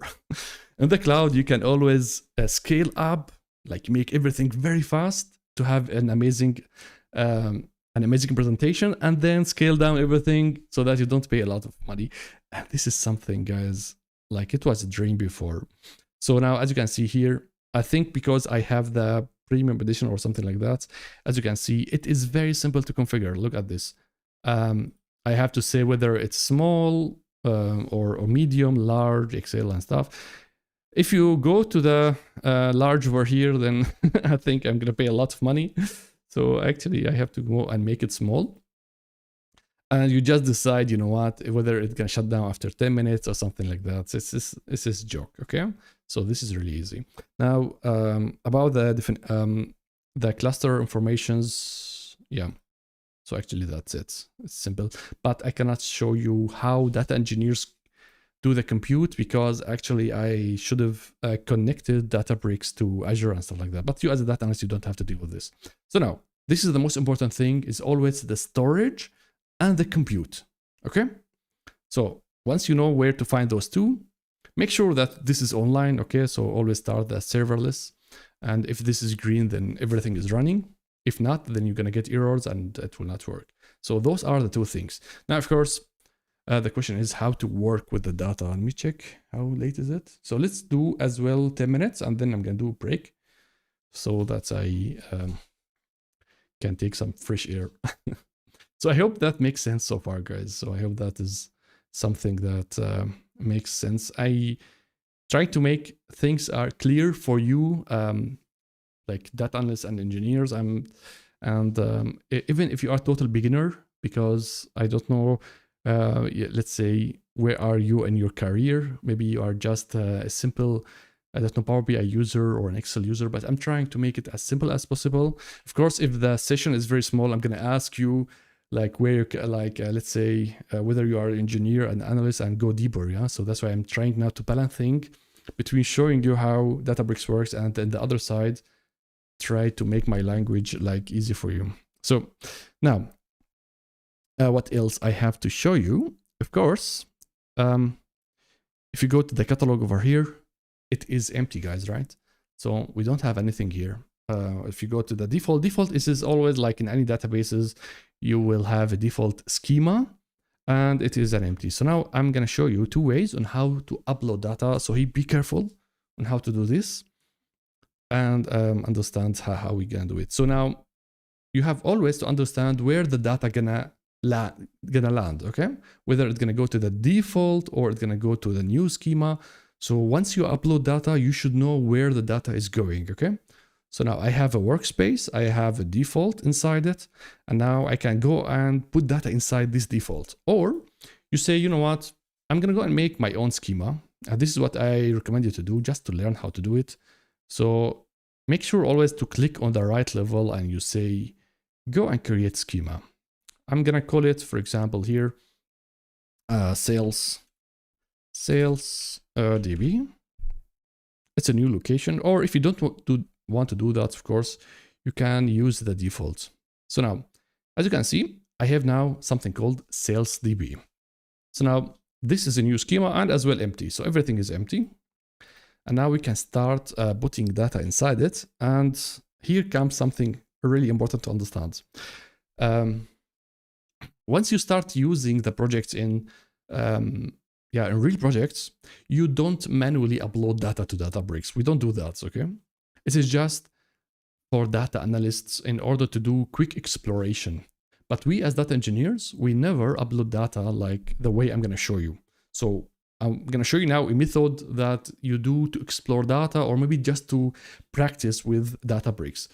We as data engineers, we connect the data using the networking and the codes and everything that we have in Databricks in order to build automated pipelines from the sources. We don't upload the data manually to Databricks. But now we're gonna do it manually so that you practice. And as well in the free edition, you cannot go and build those pipelines automatically from the sources. So that's why, as long as you are using this platform now, we upload data manually. We don't do anything automatically. And if you want to practice as a data engineer, let's say, if you want to practice building an automated pipeline from the sources, then again, you have to buy the full edition. But I believe it is unnecessary. You don't have to train now on how to do things from sources.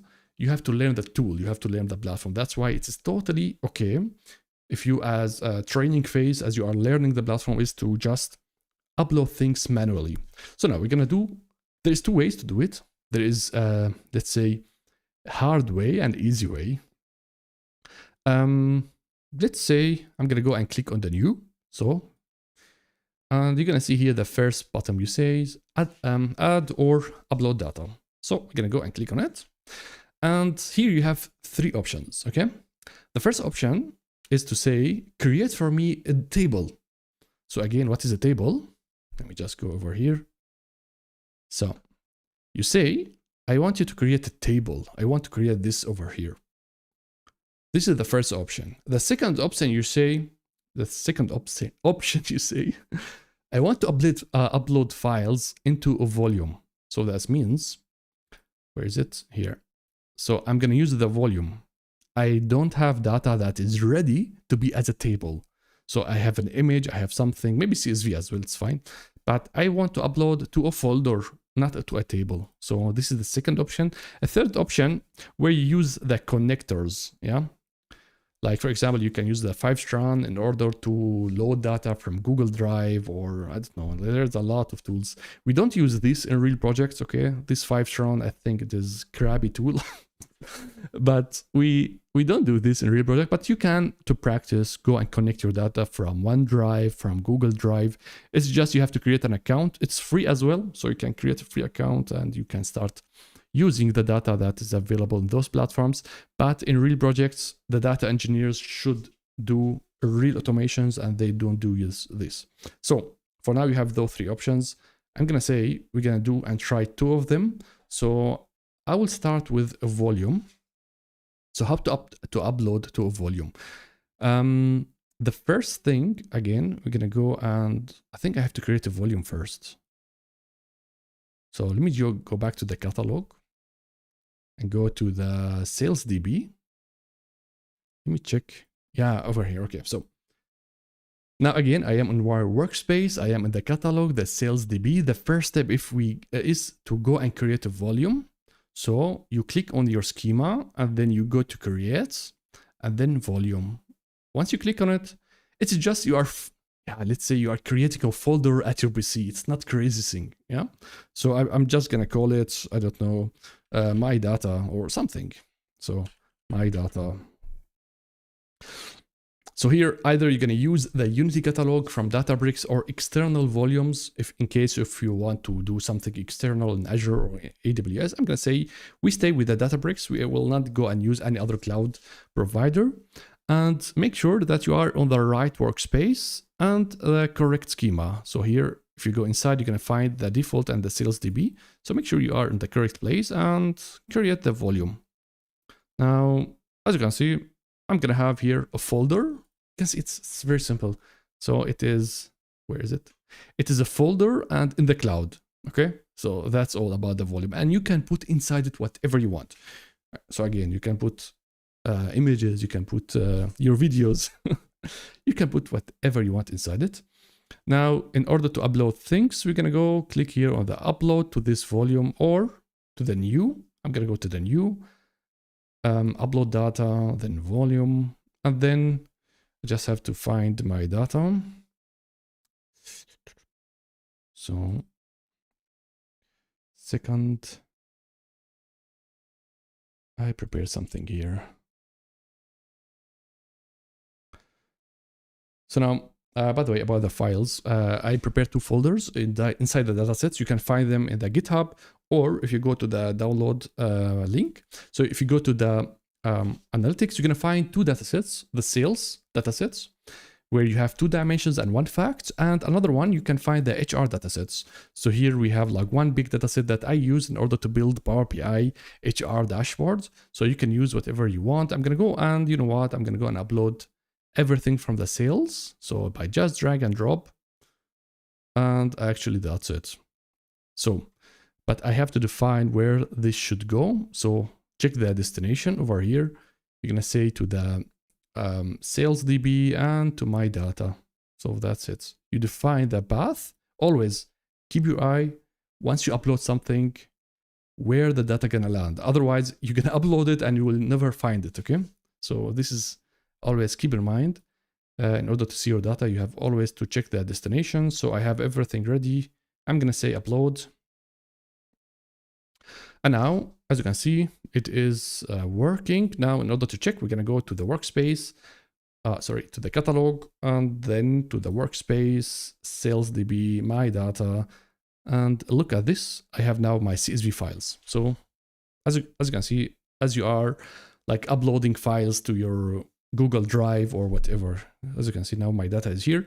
Now, of course, the question is how to query the data. So we have the data over here. One thing that you can do is to go to the workspaces over here, and you can go and create something called notebook.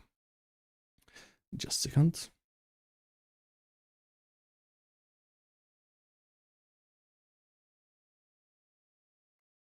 So now, I'm gonna tell you all the details after the break about the notebooks, so don't worry about it. I just want to show you how we're gonna query the data. So I am inside the notebook. I can write here Python or SQL.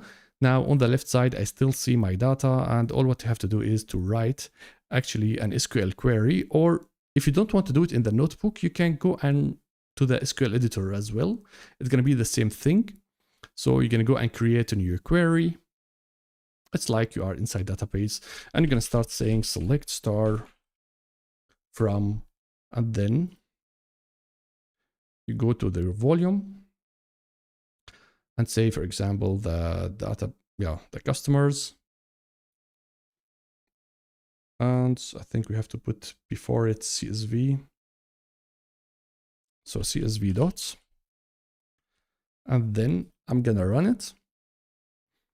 It's always going to ask you about which compute gonna be used in order to run the query. We have only one, so you're gonna have only one. I'm gonna say starts, attach, and run.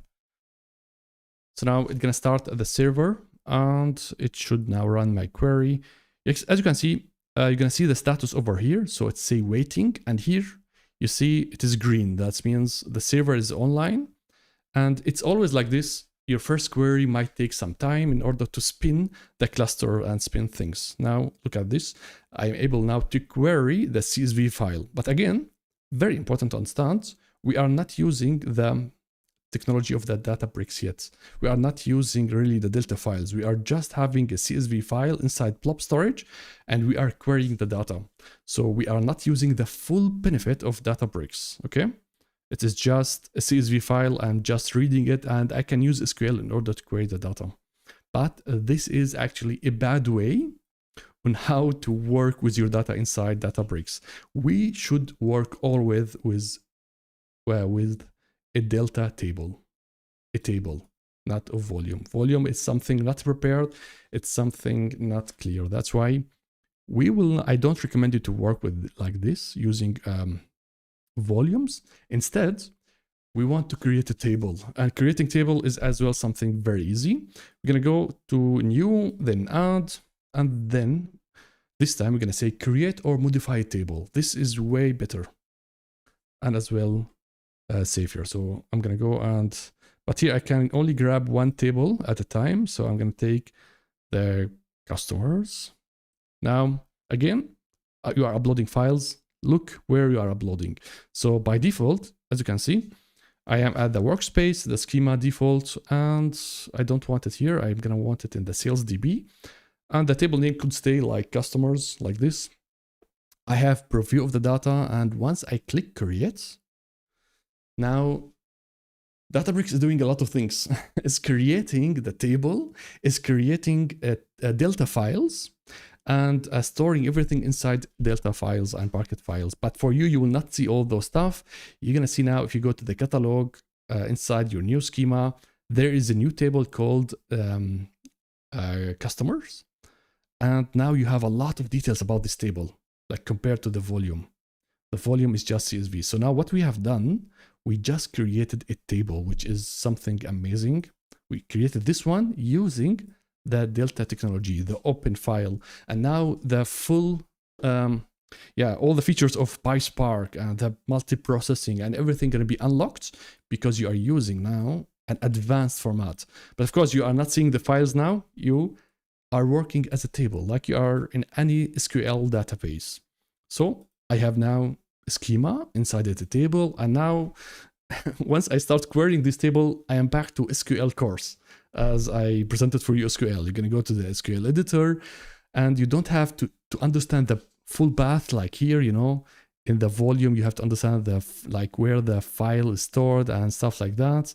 So we're going to remove this crap from here. Now think like you are working with any other database. I'm going to go to the tables and I'm going to say, by the way, if you don't want to write the whole path, if you hover on the table name, you're going to find those two arrows like insert table name, or if you go to the volume as well, it's going to tell you insert the volume name. So this is just a quick way in order to not to mess up, let's say, the whole path. So I always click that. It's easy for me, or you can start typing. So now, guys, we are back to SQL. And if I run it, this is, I can say, a magic for, maybe I'm old guy, I'm saying this, but this is really magic. With just simple SQL query, I'm able to use the whole technology stack, guys. I'm already using the Delta files. I'm already using the whole platform of multi-processing, everything in the RAM. I can use PySpark. Like it is now very, very friendly for you, data analyst. So now we are working with the cloud. We are working with multi-processing. Data goes into the memory. You can do very huge SQL queries with very fast performance. And yeah, you are working directly in a data lake. So you are not working to a simple database. You are working directly in data lake. You don't need like someone to provide you an extra database because you can only know SQL. No, you are working directly on scalable system. So this something big. I see it from my perspective. It's something big. And yeah, with that, those are the two ways, let's say, on how to upload data. The volume, I'm going to say, just practice it, do it once, but it is not something for you as data analyst. It's something we do for data engineering, and we can explain tomorrow why. But for you, if the data inside the tables, then you are unlocking the whole benefits of Databricks. And yeah, you're going to go and repeat the same thing like twice, 3 times, and upload all your files inside the schema. And we start using SQL. Now, what I'm going to say, I need really a break, like 15 minutes. I'm going to go and put a counter. And let me just check here the plan. Look at this. We already covered a lot of things. We already covered what is Databricks, the interface, how to get the data. So actually, we are covered the module 1. And if you go to the homework, this is something that you can do tomorrow. I'm going to double check it again, but I have for you here the steps again in order for you to follow at home and on your pace. So I have some links for you as well. So actually, I can say we are done with the module 1. The module 2, I'm going to wear the hat of the data analyst. I will stop talking about data engineering because I talked a lot about that. I am data engineer, so that's why I bring it a lot. Now, I'm going to explain few stuff about data analysts and the mindsets. And then I'm going to show you all the possibilities on how to use Databricks as a data analyst. And if you do this, I think then you have more enough skills, let's say, to say I can use the platform. And at the end, I hope that we can do it. I'm going to connect Databricks to Power BI in order to do the things to let them interact with each other's. So for now, we're going to take 15 minutes break. I hope you guys enjoying the course, or let's say the bootcamp, and those stuffs make sense for you. So I'm going to take 15 minutes. I'm going to make timer now, and then we come back in 15 minutes. So thank you so much, and be right back, right? I'm going to drink some water.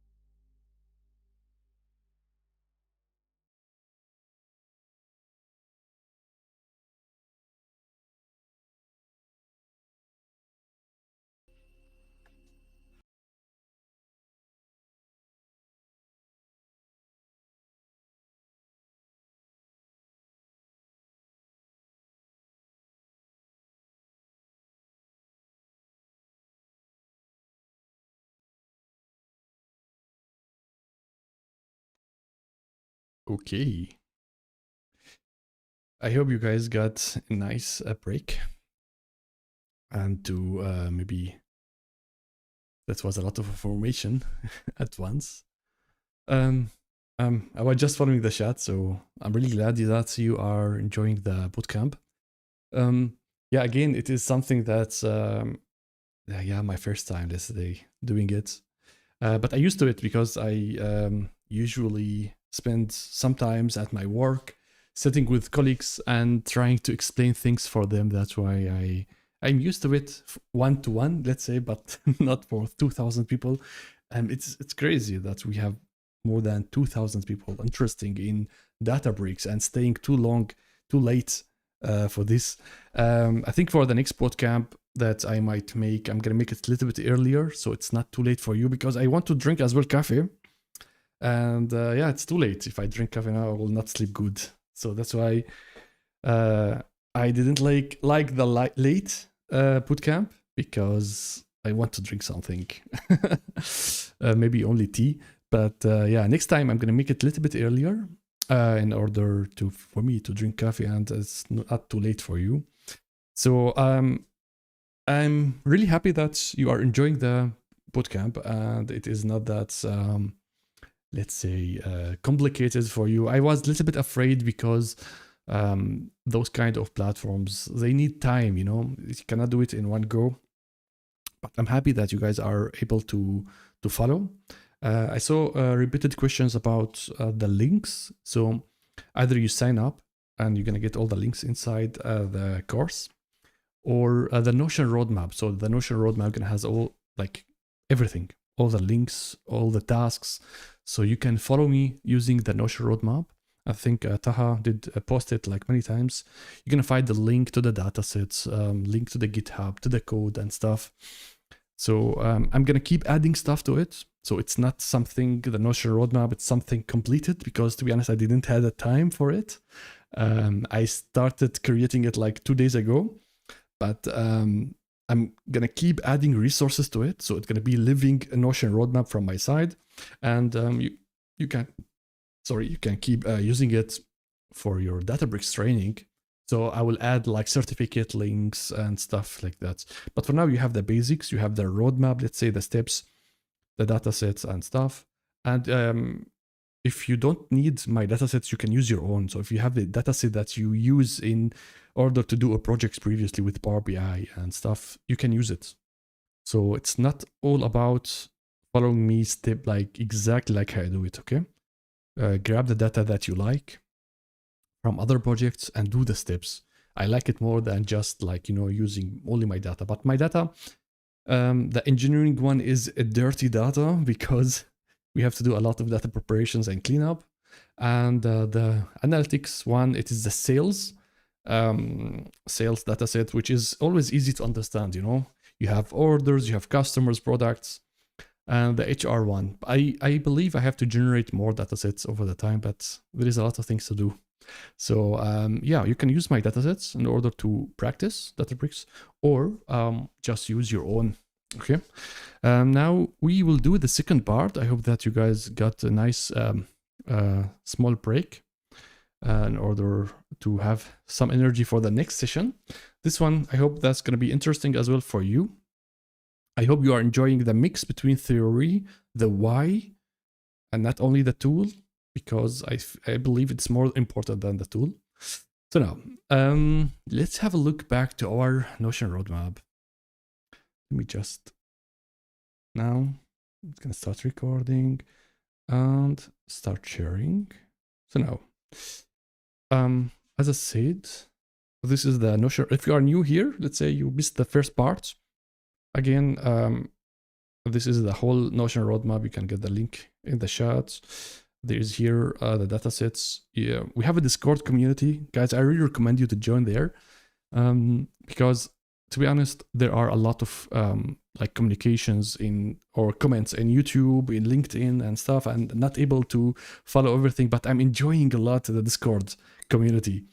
There is like the section of the coffee break where we talk about things. I can jump to data engineering, to data analytics. So join the Discord and ask questions, and don't expect that I'm gonna answer everything, because the community gonna help you. So it's for you. It's not for me. It's for you, so that you can guys connect to each others and start helping each others. And I already knew a lot of nice people there. Yeah, for example, Plexol and Taha, they are from the Discord community. So it is as well a nice chance for me to get closer to you. So yeah, go to Discord. The GitHub things, it has the data, but all the codes that I'm going to show, I'm going to put it there as well. So it's not finalized. Now we're going to go to the module 2. So now the introduction, that was all about Databricks. Now we're going to focus on the data analytics part. So you as data analyst, how to use this platform, okay? And yeah, and I'm going to show you a few examples on how to do it, okay? And you can use it in order to do projects. I recommend you at the end, in the task and the homework, I'm going to tell you to build a project, to build sales dashboards or customer dashboard or something like that inside Databricks. Okay, so now what we're gonna do, yeah, here, sorry, the module 2.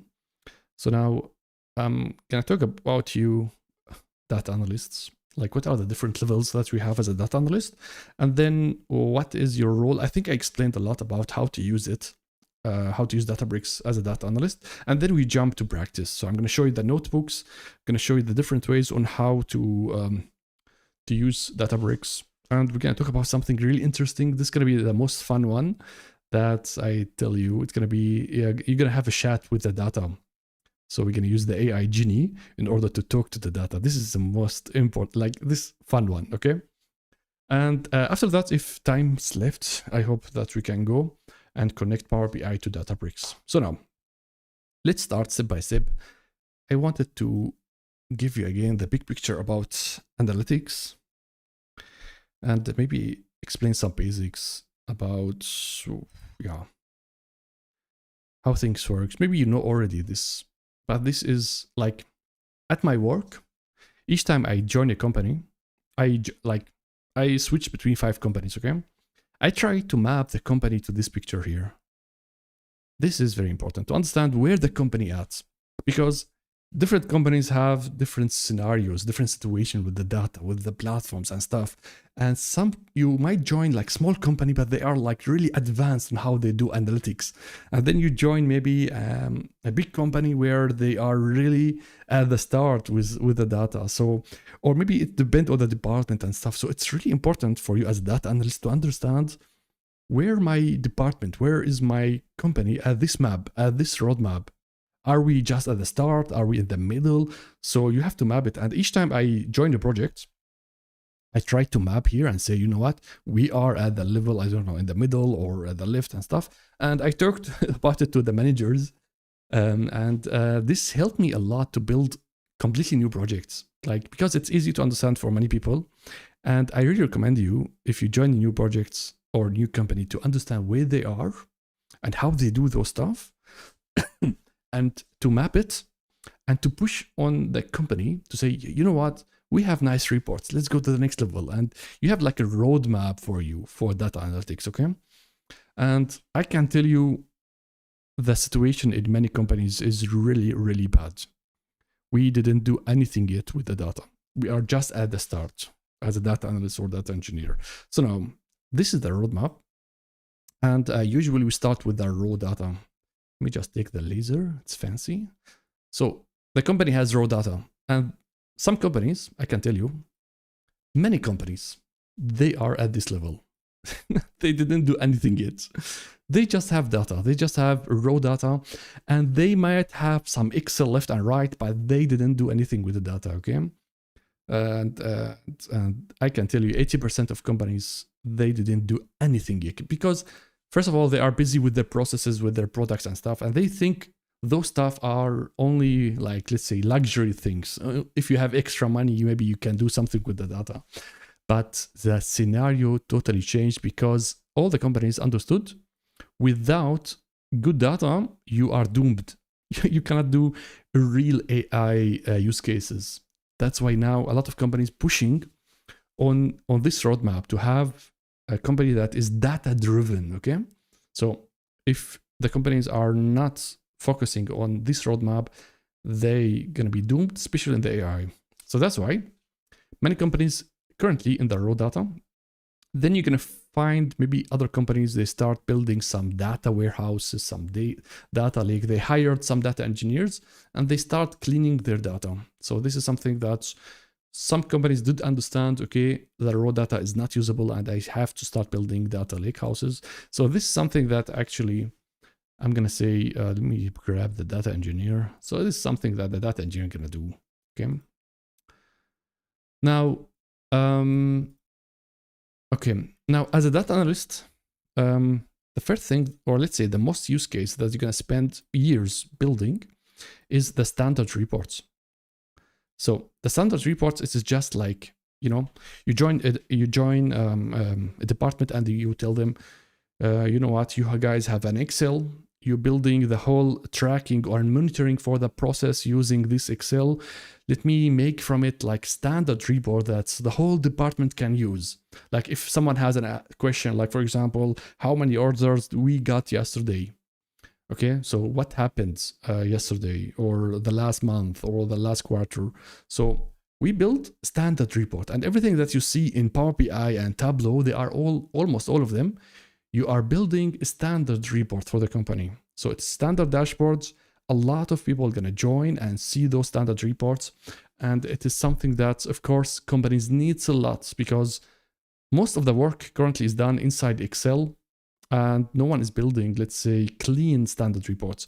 And that's why many companies are now hiring data analysts in order to build for them standard reports. So this is something you're going to have a huge audience that's going to use the standard reports. But now I can tell you as well, many companies didn't yet build standard reports correctly for their departments. All of them, not all of them, a lot of them are still using Excel. A lot of them are still using some PowerPoint and stuff to do presentation for their reports. So they are not there yet. Now, of course, this is the first level, but now if you want to make a domain-driven or let's say data-driven company, you cannot just wait on the standard report. The thing is, standard reports takes time to be built, okay, from you, data analyst, or from BI developer. So they gonna, let's say you're gonna build a report, maybe takes you a few weeks or a month, and then you have your huge audience, and they're gonna tell you, you know what, this is not exactly what I need. I need one extra column. I need one extra filter. I need this data sets to be inserted. So they are always like asking for extra stuff. And you as data analyst, or let's say as a BI developer, you're going to take time. You say, okay, I'm going to take this column. I'm going to take this filter, extend the report, make new report. So you're going to be a bottleneck for people. Okay. And that's why you have to offer in the companies as well somehow on how to do ad hoc analysis. So that means the user gonna do in his own the analysis. So they don't wait for anyone from the tech or the IT to build the reports. They're gonna be building it. And of course, there is different types of data analysts. Okay, I'm talking about now the IT data analyst, of course, from the IT, but there is like from the business side as well, the data analysts and stuff. So I'm just saying the next level is to let people build their own reports. They're going to build their own insights. And you cannot be the bottleneck to say only the standard reports. So this is one thing. And same goes for the next one, self-service BI. So not only querying the data, but as well building the dashboard on my own as a business user. So this is something that's go advanced. If your company already offering this solution to say, you know what, my business user has different options to consume the data. They can consume my Power BI report, but if they want, they can go and use SQL Editor to do it, or they can use, I don't know, Tableau or something. So you have to understand where the company is. And I believe very, very, very few companies offering their users to play with the data. They don't offer them, like, let's say, a way to do self-service BI or that I go and jump immediately work with the data. It is something that's really hard to do in Power BI even. Okay, so it's something, yeah, many companies are not there yet. And of course, it's going to be a dream if you have a real data scientist working on the next levels. Do I have here data scientist? No, I don't have one. Okay, I have to grab a new one.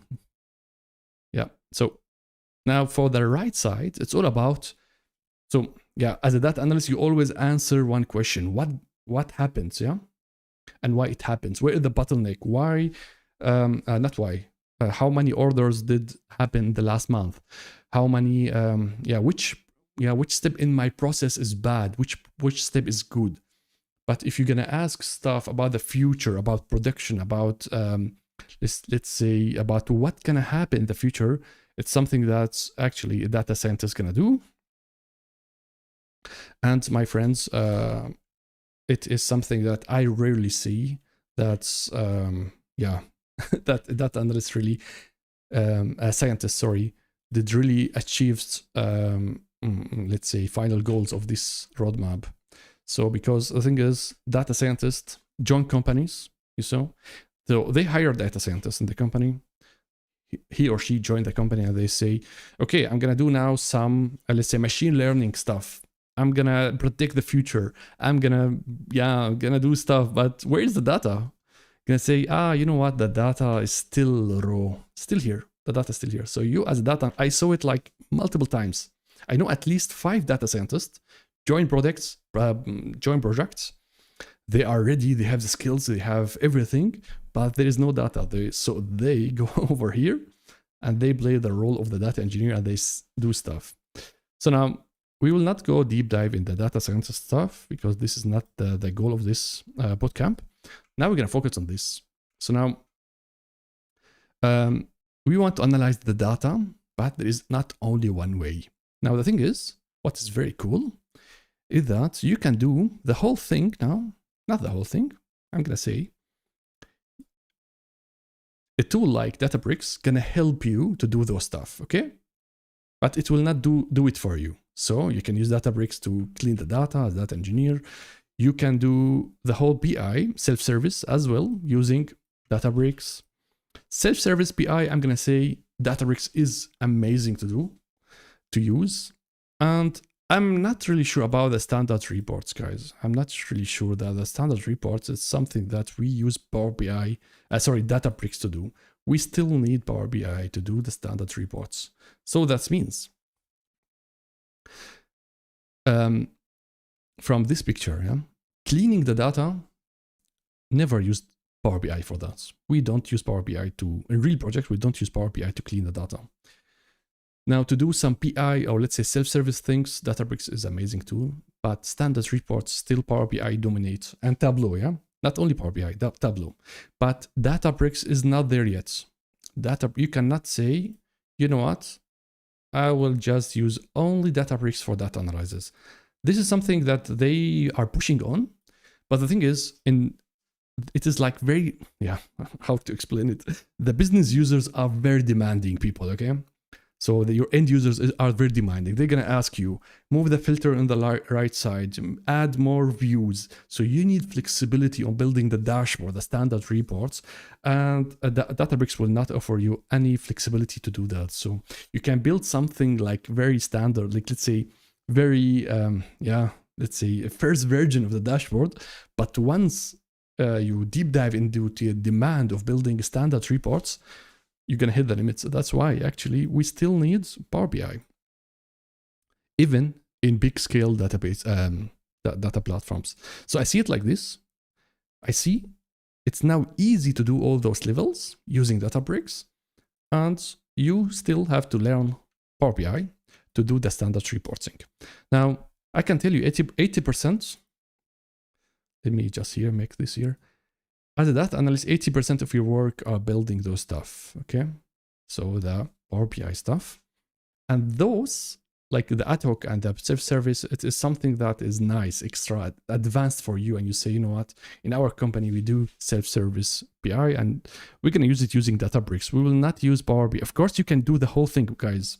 You can do the whole thing using Power BI. So the first level, clean the data, build standard reports, ad hoc, and so, but yeah, we have better now. We have better possibility to do that using the Databricks. So this is how it looks like for me.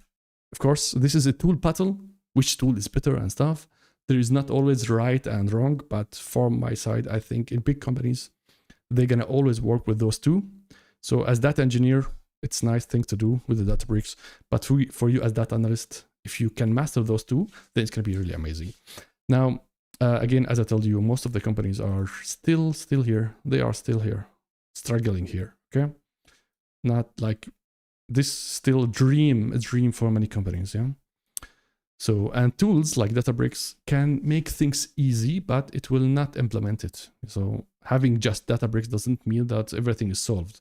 You need to have the right data strategy and right mindset in the teams to build it. Now, let's go again to the levels. I'm gonna say levels and tools of data analysts. I'm gonna take this over here. So I'm gonna say you have a database. This is the first level of doing data analytics. So now, yeah, my friends, the first level that now I'm gonna say 80% of data analysts are using Excel. So what's gonna happen? You're gonna have small data sets, and you're gonna say, just a second, let me just get something here as well. Yeah, this one here. So now, the first level of a data analyst, you're gonna go and say, yeah, you know what? I'm gonna extract here small data sets, one table, let's say table. I'm gonna put it in Excel, and I'm gonna do here everything inside Excel, the whole process end to end. So this is the first level, and I can tell you until now, 2026, many people are doing this. Many companies are doing this because it's easy.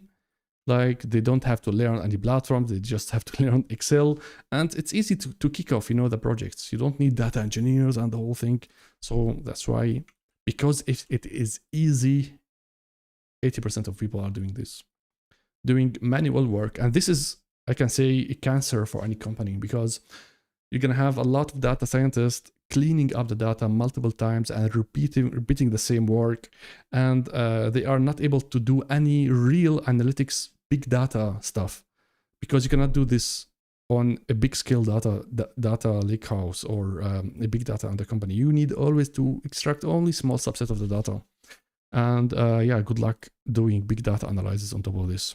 That's why the second level, you might say, you know what, I'm gonna go advanced now. I'm gonna say, I'm gonna go and grab a Power BI. I will not use anymore Excel, and using Power BI, things gonna be more organized and things are nicer. So you're gonna use Power BI to pull the data, and you're gonna start building your visualization. So I'm gonna say this is the second level, but still inside Power BI, you are doing the whole thing.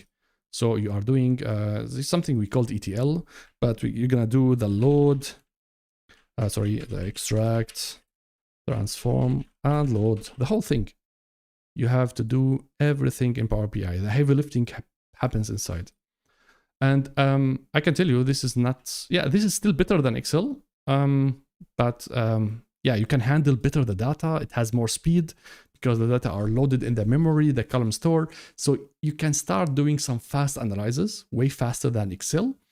But the thing is, the extract and transformation, it is something that is not really,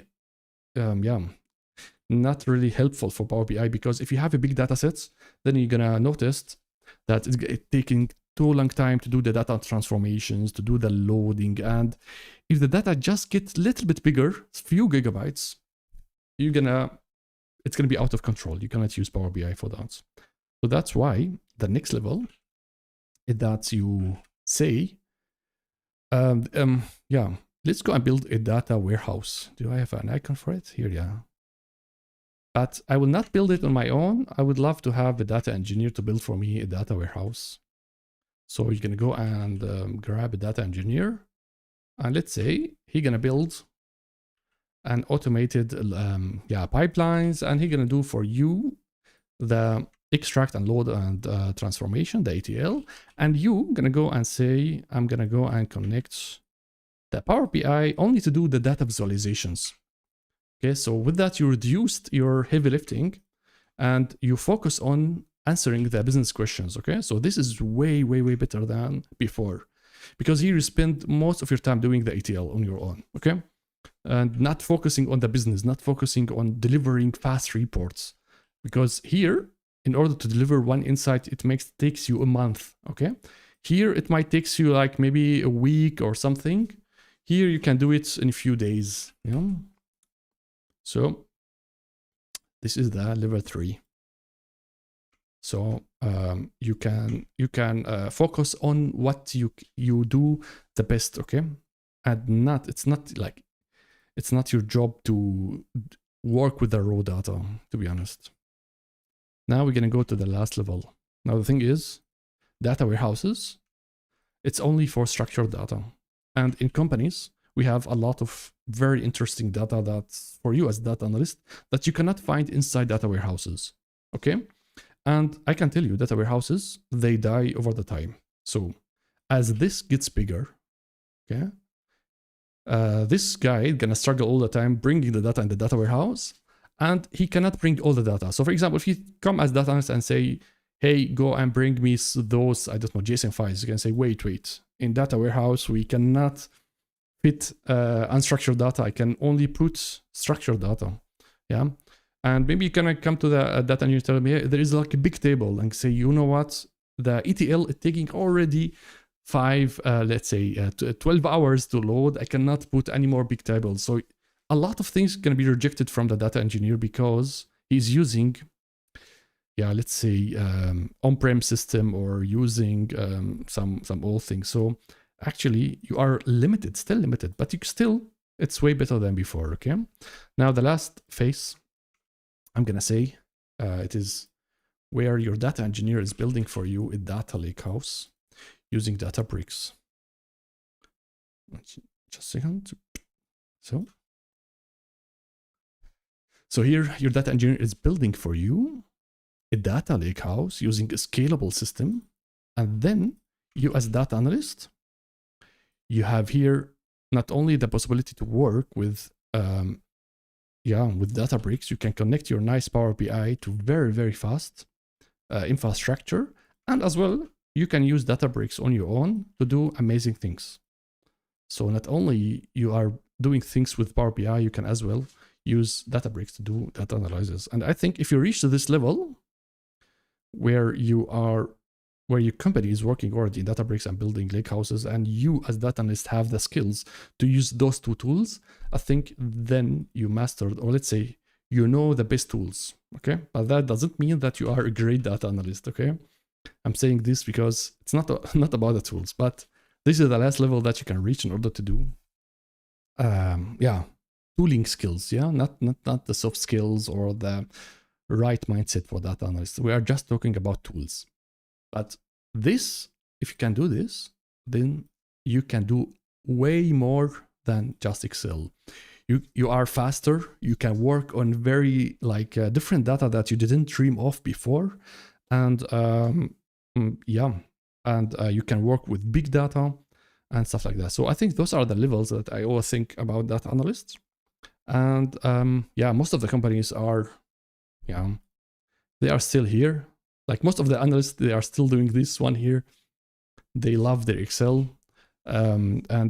Few manage to build a data warehouse. And I think this is the future here where they're going to build lake houses, and the companies are moving toward this, not only because of Databricks and stuff, it's because they need the data to be ready for AI. It's all about AI now. So now those are the different levels. And now let's go back to this image where I'm going to tell you, where is it? This was somewhere here. Okay, so I'm going to go back to this image in order to let you know how we work as a data analyst using Databricks. Now, I will reduce this a little bit because this is very chaotic. So now you understood so far that someone like a data engineer going to build those bronze, silver, gold, okay? Now, it's all about what happens here. Like, it's a little bit chaotic, so I'm going to show you only one way on how to work with Databricks, okay? But I think this is the right way. So now, what can happen? That's you as a data analyst, you have a gold layer, okay? So again here. Now, the first thing that we do is that since it's not like before, okay? Now, if you start working in big data, you will get as well big data. You will get a lot of tables. You will get a lot of files, a lot of things. So it's going to be really hard for you, as I said, to go and immediately start building your dashboard. So this is something really hard to do immediately. You cannot go and immediately build a Power BI dashboards because you don't know what is the content here, okay? You don't know exactly which table to grab, which data set to use. So now what you're gonna do, you have to explore this. So you have to explore it. Now, in order to explore the data sets, you have different tools in Databricks. So as I said, I'm gonna say the easy option is to use an SQL Editor. So SQL Editor in Databricks. So this is the first option that you can use. And using just SQL, you can manage to start exploring the data. And the nice thing is that, so let me grab those standard users. Now you have here standard users, and I told you there is somewhere a business user, or let's say powerful user from those standard users that understand the requirements and understand how to deal with the data. So the thing is, you're going to grab one of the power users and you're going to start together with this user exploring the data together. Yeah. So I'm going to say powerful, or let's say power business user.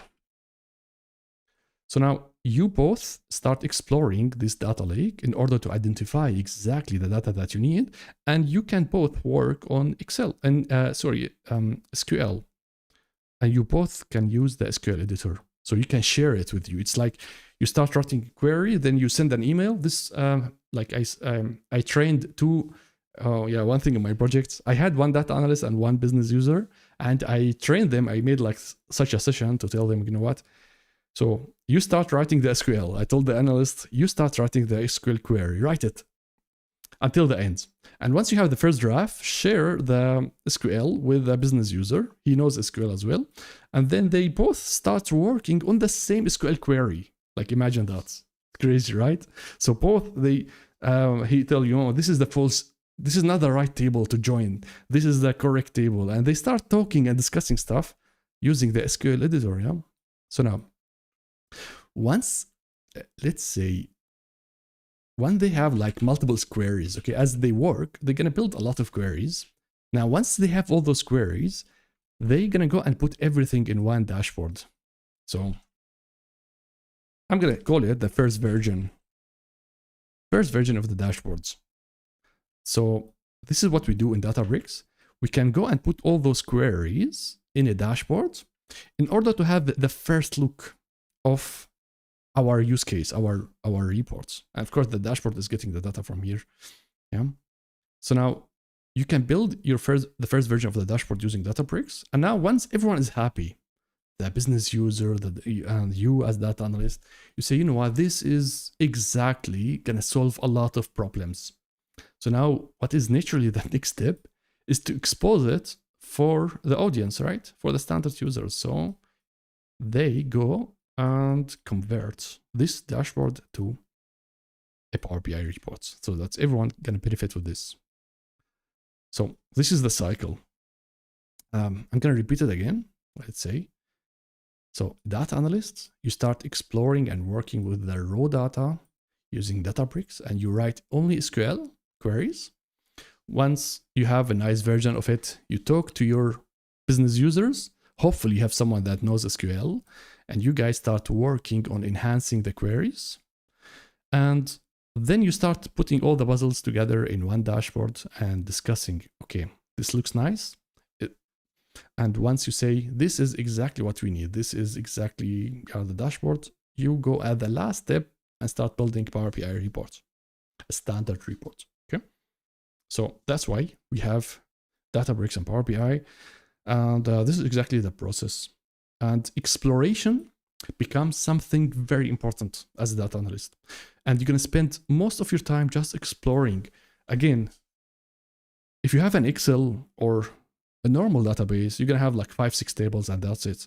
But now, since things are easy for us data engineers, we're going to give you a lot of data. We're going to give you a lot of tables. And suddenly, you as data analyst, you're going to say, wow, we have here thousands table. I built like few data products, and the count, the whole thing is like 300 tables. So this is too much, yeah, for data analysts. And to be honest, it's now their job to start exploring correctly. That's why now exploration is something really important to learn as data analyst, because you are working now with big data and big companies. That's why you're going to spend most of your time exploring together with the business user until you guys bring the correct data from this huge data base, okay? So once you have the version, and then you can work on it. Now, before it was easier because it is clear the company has 5-6 tables and you build your dashboard, but now you are working on scale database. So now I'm going to show you how to do those stuff, guys, using Databricks. And of course, there is something called notebooks. Yeah, let me just rank those stuff a little bit. So, okay. So I'm going to say working with SQL Editor and building the dashboard, it is not that hard, okay? So it's something medium. It's not like writing SQL, you know what?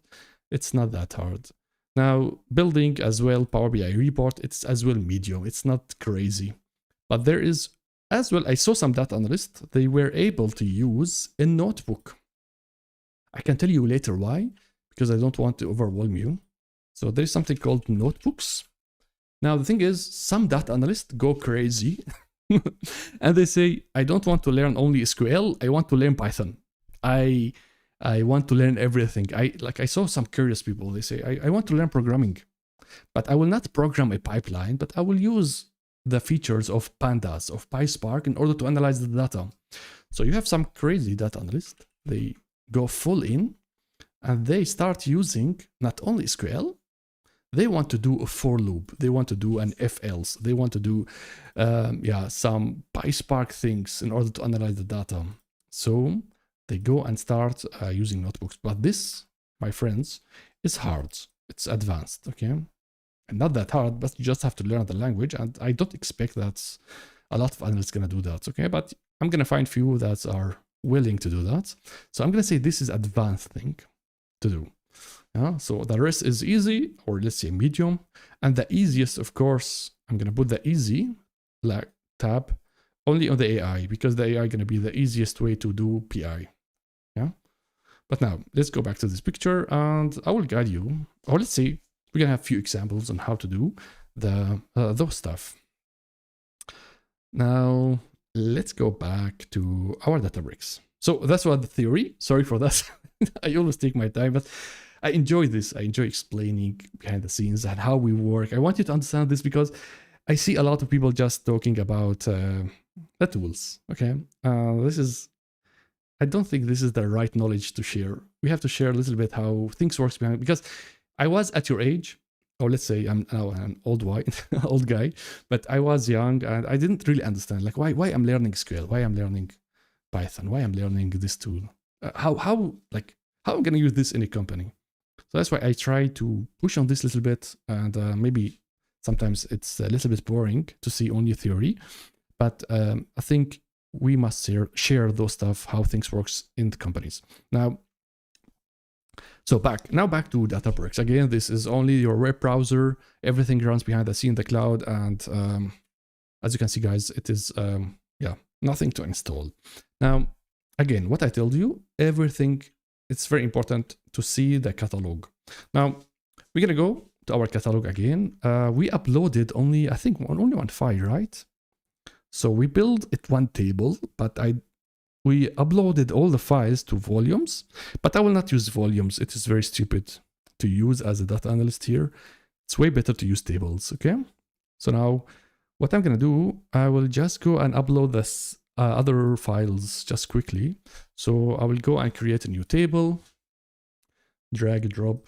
I think adding data to Databricks is easier than Power BI.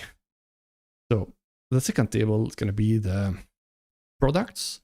Of course, since I said I will use SalesDB, we have to change the schema, always check the destination. And by the way, guys, if you get for some reason here nulls, okay?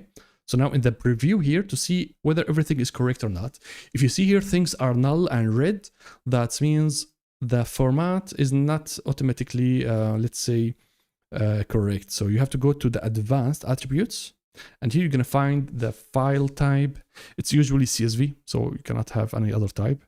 And you check the separator, the skip character and stuff. So in the dataset that I give you, it is a comma, separator, and the first row is the header. So the default thing is enough, and I think Databricks is like smart enough to detect those stuff. But for some reason, if you are getting nulls, then you have to play with those options here until you get it right, or you understand the CSV file, whether it's correct or not. So now I see the data. This is my new table. I'm going to leave it as it is. It is in the correct schema, create table. So now my CSV file is uploaded, and at the same time, Databricks is converting the file format to Delta format, which is way nicer than CSV. And now I have it inside the database, or let's say, yeah, my catalog. We say catalog, we don't say database, okay? For the language, it looks like a database, but we say catalog. It's inside my catalog now. The whole thing, we call it Unity catalog. So if someone tells you, show me the catalog or go to the catalog, we mean this over here, like a database. But this word is not accurate if I keep saying database, okay? So now we're gonna upload a third one in our catalog. Let me just go it quickly. So the facts, I'm gonna go and drop the facts.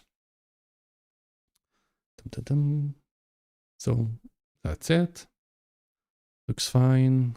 The schema, and create table.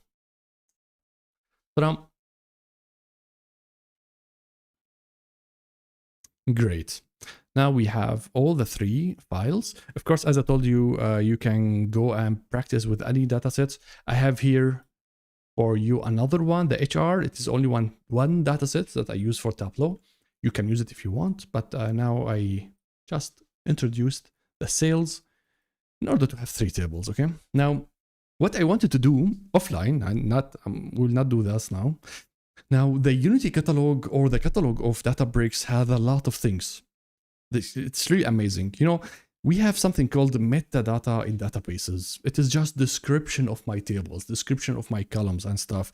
But in Databricks, they went to the next level of the metadata.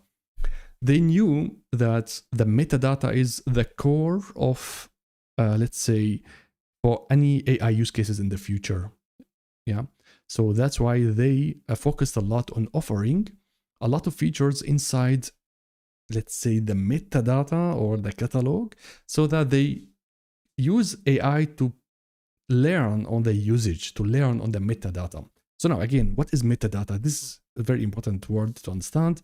It is just the column name, the data type, the comment, the table name. So it's just describing your data about the data, okay? So it's just the description. It's not the data itself. Now, in Databricks, you can add here, as you see, the column name, the data types, and very, very important for AI. If you are building as a data engineer or data analyst some nice tables or nice views, you have to add comments. Comments are description. So what are the customer key? What is the customer ID? The more you add content to Databricks, the smarter the platform gonna be, because it's gonna use everything. It's gonna use all those metadata to teach the AI, to fine-tune the AI model. And that's later you're going to use it in order to do chat with your data and stuff. So the whole mindset changes as you work with the catalog. Is that before I added comments just to, nice info for the team. So nice info for my project. You know what? This is the customer key. If a person goes and sees the comment, they can understand the content. But now we add comments, we add metadata, not only for us, but as well for AI. So now that's why it is I'm gonna write an article about it, but it is something that is getting very, very important. It is way more important even now than data modeling. If you have a perfect data set, but you don't have a good metadata inside it, your AI gonna be crabby. So now, the table has a lot of things to see. As you can see, the overview. And as you can see here, AI starts working with you in Databricks, like everywhere. If you start writing SQL, if you start writing PySpark, you're gonna get always an AI assistance. So yeah, look at the description. It says the table contains information about the customer. It includes details such as name, stuff. Oh, this is really nice description. I'm gonna say, okay, I'm gonna accept this description. And now my table has a nice description. So I just described the table. Let me check. I can as well generate a comment from the AI. Let's see. So it is unique identifier for each customer recorded in the table. This is nice. So I'm going to go and add it. So now I'm making, as you can see, I don't have to write anything. Let me just go to the, maybe country, generate a comment. So now AI generating metadata for me. So that's later the AI going to use it in order to do nice things. But of course, this is easy for the AI in those data sets because it is very obvious. Yeah, what is a country? But in real projects, the AI has no idea what are those columns for, okay? Because in real projects, you're going to get some data set that has very cryptical names. Like, yeah, I cannot say a lot of things about the work, okay? But in the car industry, we have a lot of tables that you need to read a lot of documentations in order to understand the columns. So it will not be obvious. AI will not help you to describe. You have to grab it from some documents and try to write the comments on your own. But here things are easy. And yeah.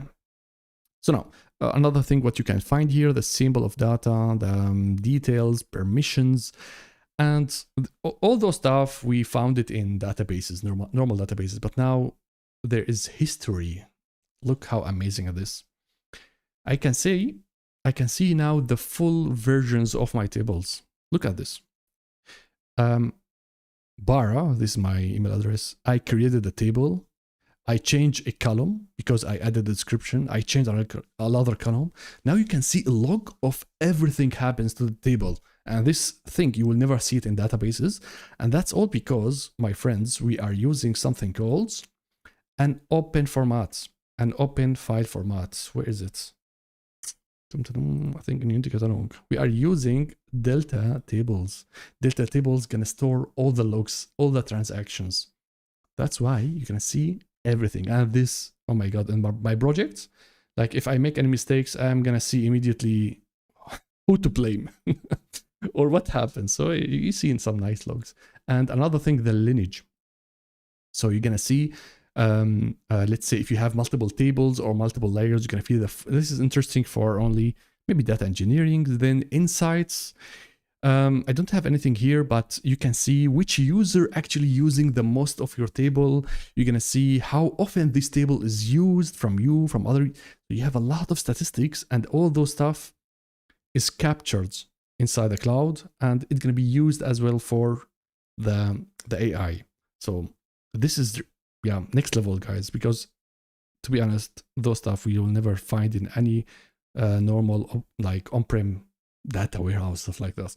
So it is capturing a lot of things. Like if I go now and do a query inside this table, it can be captured and stored inside the insights. But of course, since we have free new accounts and yeah, things looks empty. And the last one, quality. Let me see, enable data quality monitoring. Let's go and enable. So disable. Yeah, I have to configure the schema and stuff, but I can add out of the box as well quality checks, how many nulls, whether the data is complete and stuff like that. So as you can see, a table in Databricks has a lot of features and not only metadata. Yeah, so a full information. And as well, you can browse your catalog by clicking on each of those objects, and you're gonna see some stuff. Okay, so now I have my 3 tables. I have my data. Now, what is the next step? Okay, looks nice. Now, this data could be used in many different use cases or in many things. Now, as I said, you as a data analyst, first you have to explore the data. So I keep jumping between those stuff. Sorry for this. So yeah, I need an SQL editor to explore the data. And now if you go to the tool, this is the most important thing for you, an SQL editor. So this is something that we keep using all the time.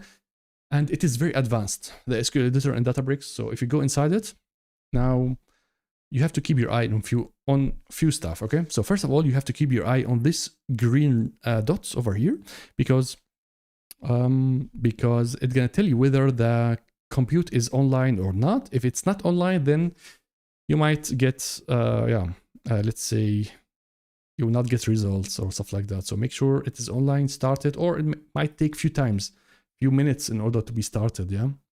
Especially if it's small. So make sure this is green. What you can keep your eye on this run all. So as a default, it's going to be 1000. And this, oh my God, how much time I had, not the conflict, but my data analyst or my power users tells me, Bara, I'm not getting all the results. And in my data, I have like 100,000. Why I'm getting only 1,000? It's because of this here. I cannot change it. It's going to be always as limit 1000. So if you have more than 1000, make sure to remove it, remove the limit. But if you are just exploring, it's enough. So this is the reason number one why someone can blame you why the data is missing, because of this. Now, and as well, what else? Yeah. Now about the query, this is the SQL Editor, right? So this is the whole SQL Editor. I can write now SQL, select star from stuff, blah, blah, blah. Now you have here two options. Either you're gonna write the full path of your table. So you're gonna say, okay, let's say it is the workspace because we are at the workspace. Okay, then the next level gonna be the schema, then the next level gonna be the table. So I'm giving the full path. As I told you, you can go to the 2 arrows and do that. Or actually, you can configure the whole thing here on the top. So you can say, always, everything that I query is going to be from this sales DB. And I believe if you go and remove it, it's going to work. So with that, you skip. But I always forget about this. So that's why I always add at the start the workspace and the sales DB. So you can go and query. Now, it's going to say, the schema has changed. A new session is required. Okay. Start a new session. Now I query the data and look at this. I have some results as a table. Now this is very classical as a database. Now if you worked before in databases, you always get the results as a table, right? So this is something that's classical. Now what I'm going to do, I will just do one query where I'm going to go to the facts, to the sales. Let me just go over here to the tables.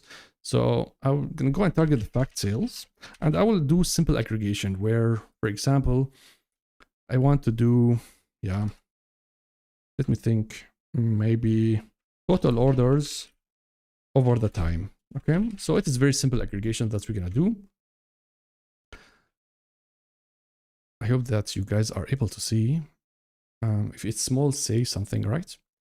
So now, what we're gonna do, we're gonna go and say maybe the order dates. I grab the order date, I grab the sales amount, and just to check whether they are inside. If yes, okay, so now I'm gonna use some date trunk.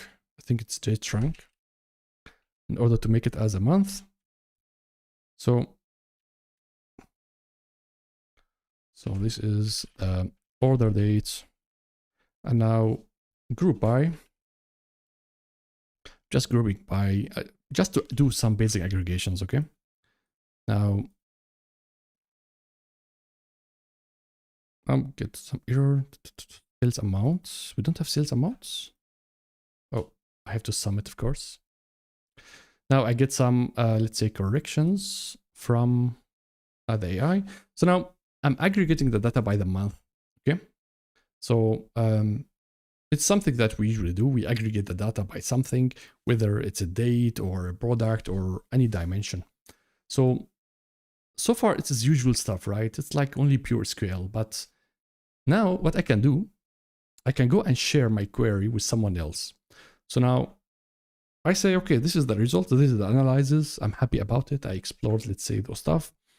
And now what I can do, I can go and share it with other colleagues. So now if my colleague is as well having an account and stuff like that, I can go and say, I'm gonna write his username or ID, and I can say, you know what, I'm done with the analysis. So now I'm talking about the collaboration, guys. So now comes someone else, as I said, the power user, and they're gonna start working with you in the same query.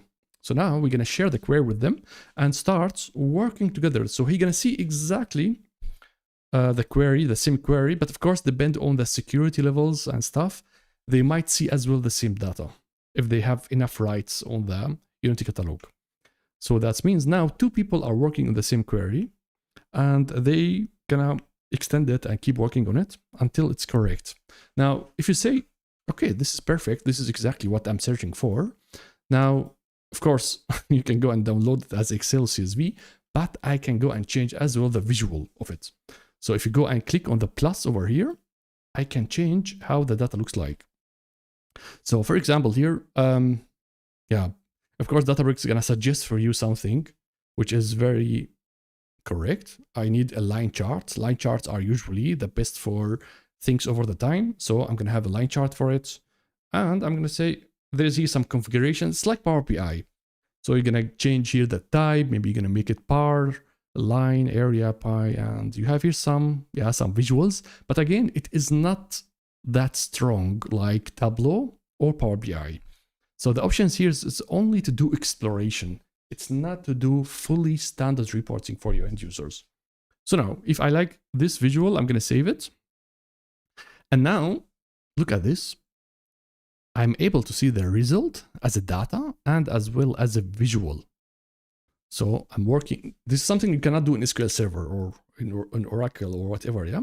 So it's something that you can do immediately on your query to do visualization. So I'm gonna say here, the orders over time. And now we can do something more crazy. I'm gonna now call my query as well, EDA maybe, orders over time. And now, so I shared it with someone else. I changed as well the visual of the results. And now what we can do, we can go and add it to a dashboard. So now this is a really nice query that I need, that I want to put it in a dashboard. So what you're gonna do, not only sharing it, I can go click on the here small icon and say add to a dashboard. So we are making now brand new dashboards, or you can add it to already existing dashboard, okay? So I'm gonna say here, I'm just exploring the sales dashboards. Exploring the sales, sales data. So I'm gonna go and add it here. It's like a dashboard, it's like just collection of interesting insights that you are finding inside your dashboards. And now Databricks gonna moves you to another tab. So by the way, once you start working with Databricks, you're gonna open a lot of tabs in your browser because, yeah, it is how you start something new. So I always start my day with one tab and end up with 300 tabs.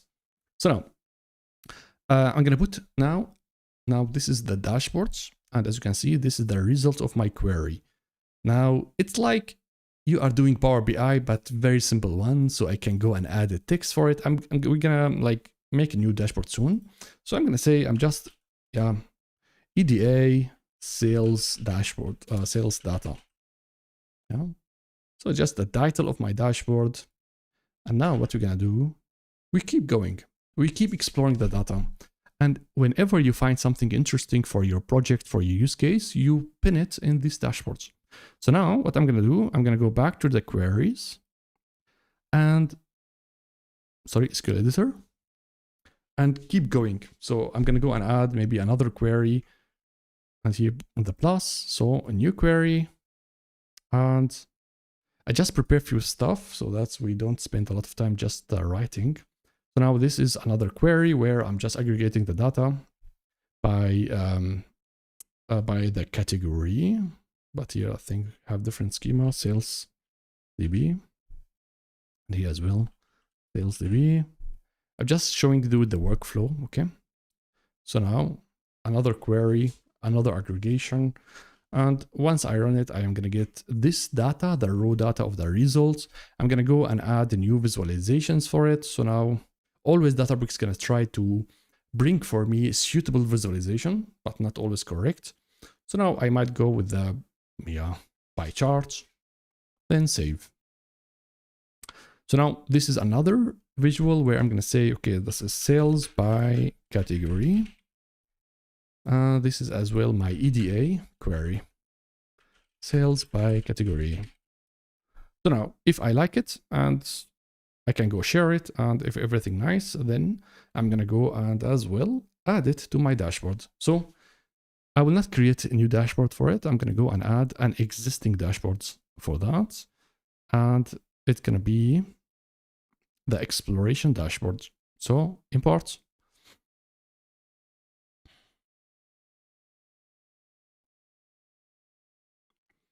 Now I'm getting exactly the result of my second query. And as you can see, I can move things around. Come on, move. Oh. Yes, now it's moving. So with that, my friends, as you can see, I'm putting all the knowledge that I'm finding in the data. I'm exploring the data, of course, not only me, maybe with someone else. And each time I find something really interesting, I'm putting it in a dashboard. And now this dashboard, of course, the knowledge that I collected over the time, I can go and share it with others. Yeah. But now, of course, we can talk about the dashboarding. This is the dashboard that we are building.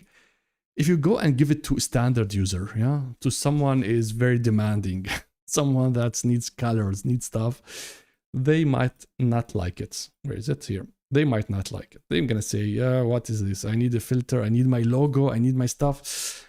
And here it is very, as you can see, you can add only visual text and filter, and that's it. So that's why this kind of work is actually only like between small team, or let's say small group of people that are exploring the data and understanding how to, let's say, solve the business issues. So that's why we don't expose those kind of dashboards with big audience, okay? You cannot do that. First of all, it can be very expensive. Something that I didn't talk about. Guys, each time you query here, so let me go back to the queries. Each time you do a query, it's going to use some kind of resources in AWS or Azure. You're going to use some resources from Databricks, some servers and stuff, and you're going to pay for it, yeah? And if you now give huge audience the dashboard and stuff, each click, each something they do, it's going to be something that's going to create costs for the projects, because you pay as you use. Okay, so you pay as you use. It's not like Power BI, like you put the data in the data sets and the import mode and stuff, and the calculations, you are not paying for it actually anything, unless you use direct query, of course. But now everything that happens here has a price. Your company is paying for it. Now, if I expose, of course, the dashboard for a huge, like, I don't know, 3,000 people, it's going to generate really a lot of costs. That's why this type of activities is actually for exploring purposes, for understanding the data, for this kind of work, for you, even for you as data analyst. Because now I've done the exploration on my data sets. Next day, I have a nice dashboard without connecting any extra tool, yeah, to the Databricks, without using Power BI. So this is something that is really advanced for you as data analyst, that you write queries, you can immediately build the dashboards, and you can collaborate. This is something amazing. I found it with a lot of projects. We collaborate with the business users directly on the query level. So this is something nice. And this is actually the exploration phase, yeah, of Databricks. Now, there is another way where, let's say, you say, you know what, I don't want to start from the SQL editor. I don't want to write queries. I don't want SQL. I just want to build a dashboard. Yeah? It's like Power BI. I'm Power BI guy. I don't want to go in the whole process writing SQLs, group by, I don't know, date trunk, function stuff. I don't want to do the whole thing. I just want to build a nice dashboard, and I want to explore the data using dashboards. So this is, of course, totally possible. This is another way, but I don't believe this is a nice way to analyze data. But another way is that you go immediately to the dashboard. So on the left side, you don't go to the SQL editor, you go immediately to the dashboard and say, create a new dashboard. Now, this is brand new dashboard, okay? So it's empty. And yeah, like any other tool, you need data first. So you go to the data on the link side. And here you have different options. So either you upload the data directly to the dashboard, so it's like Power BI, okay? Or you select and start picking the tables that you want. Like for example, over here, add a data source. Or you start writing a query that is dedicated only for this dashboard. So you have those three options. Now, if you are a guy that, or girl, you don't want to write an SQL query, you're gonna go and say, yeah, add a data source. And now you're gonna browse your Unity catalog, okay? So the workspaces, the sales DB, and you're gonna say, yeah, I like the fact table. I would like the product as well. And that's it. I need those two. And you say convert.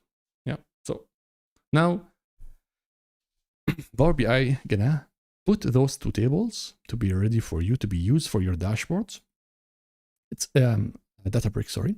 So it's like Power BI. I'm selecting the things that I need, or if you don't want, yeah, if you want still write SQL, you can go and say create from SQL query. So now you don't pick the tables. What you're gonna do, you're gonna write your query that's you're gonna use for the dashboards. So as you can see here, everything is empty. So, and yeah, you have to write the query that you want. So we are skipping actually the SQL editor. We are going through the data dashboard. And here, for example, I'm gonna go and put one query there. I'm just joining the tables together. I'm joining all the data that I need. So for example, I'm joining the facts with the products and then with the customers, and I'm selecting only the data that I need. As you can see here, I'm not doing the aggregations. Okay, so there is no group by, there is no halving, there is no sum or average or anything. Okay, so we are just selecting, we are picking the things that we need in order to build the dashboards. So now, if I say, this is the query that I want, then run. I have syntax error. We have to find out, where is it? I have here double point. So now, I'm gonna get the results. And after you say, okay, this is exactly what I need, then I go to dashboards. Now here, you have your data ready and you start building your dashboard as a very simple Power BI thing. Yeah, so you say, okay, my dashboard has sales, has a title, so sales dashboards. I'll not go in a lot of details. I think this is something really cool for you to explore on your own. So, but I just want to show you a few things. So this is the title of my dashboard, and then I'm gonna say I need a visual for it. So I'm gonna go and grab a visual. And now, the first thing that you want to decide is where the data comes from. Now, in this dashboard, I said 2 tables and then query. Actually, you don't need all those stuff. You just need one of them. So either the tables or the query. So I like my query. And yeah, so it has bar charts. So what you're going to do, I'm going to say, I'm going to count. So here you have to, yeah, it's like you're defining a visual in Power BI. Nothing crazy. So count the orders and then by something, right? So by category. Looks nice, right? No, not yet. Oh, well, it looks nice. Look at this. Now I have a ranking of, or let's say I can see how much sales or how much orders we have for each category. You can switch it by those arrows. So you can switch the visuals. You can, it's just fun, yeah. You don't need me to show you those stuff actually. Can add a title. Show an access title, yes. Okay. So this is the first dashboard, and maybe I'm gonna go and make another one, another visual. This time I'm gonna make line charts again. I like line charts. And then maybe the sum of sales, and then by order date. It's here. So this is my line chart. Looks weird. I have to flip. And with that, I have my second visual for my dashboards. So as you can see, guys, this is like, yeah, one way as well to start immediately with a dashboard. You don't have to write first a lot of queries, but this is how things works. You cannot, if you have an access to a lot of data, you cannot just go immediately and know exactly how to build a dashboard. I believe first you have to go through the exploration phase through the SQLs, and only later you start building your dashboards. Yeah. So this is what you can do. Now we have covered already a few stuff, right? We have covered already the SQL Editor, which is the most important thing. Yeah, the SQL Editor in Databricks. You saw the first version of a dashboard. It is very fundamental. It's not fancy, not pixel perfect. And yeah, what is missing? Let's see. The most interesting one, the AI. Now, of course, we have AI. So we'll not go to the machine learning and AI stuff where we're going to train a model or something. We are talking about something called AI Genie. It is introduced, by the way, introduced a few, yeah, maybe I'm going to say half years so far for the AI Genie. It is very, very new. And I presented this topic for top management at Mercedes-Benz. They were very excited about it because this is really the future of how to work with data as data analyst. And this is something I'm very excited about it. So let me explain for you what is AI Genie. I'm not sure. We have already 3 hours, right? I will keep going. If you guys are tired, then I'm sorry for it, but I will keep going. So now, AI Genie. The thing is, Databricks is very smart. They let you add your data here. And as I told you, inside your catalog, they stores a lot of informations, okay? They are storing everything about about your tables, the history, the lineage, the insights. So they keep learning, keep training on everything happening on their platform. So they know which table is the most important table in the whole company. They know the lineage of the data. They know the queries that you are doing. Like all the queries I'm doing now, they are stored somewhere in Databricks. They know the dashboard that I just created. They know the catalog itself. If you add comments, if you add stuff, they keep collecting a lot of statistics, a lot of metadata about my data, and they feed their AI. They feed the AI with all those stuff. So with that, Databricks AI gonna be smart enough to answer business questions using LLMs, using natural language. So they have their own models. They have a lot of models. Okay, it's not only one. It's not only one. It is a lot of LLMs that is used here. The GPT, the one that converts to SQL. So they are using a lot of things in order to let's say to train all the usage on the metadata. And of course, you're gonna help as a data analyst. Like this is the new role of you as data analyst. Not only building dashboards, you have to help the AI to answer the business questions correctly. Okay, so Databricks gonna use the usage. Databricks gonna use your help as a data analyst in order at the end to answer correctly the users. So the loop looks like this. Standard user gonna ask the AI Genie from Databricks. It might make mistakes.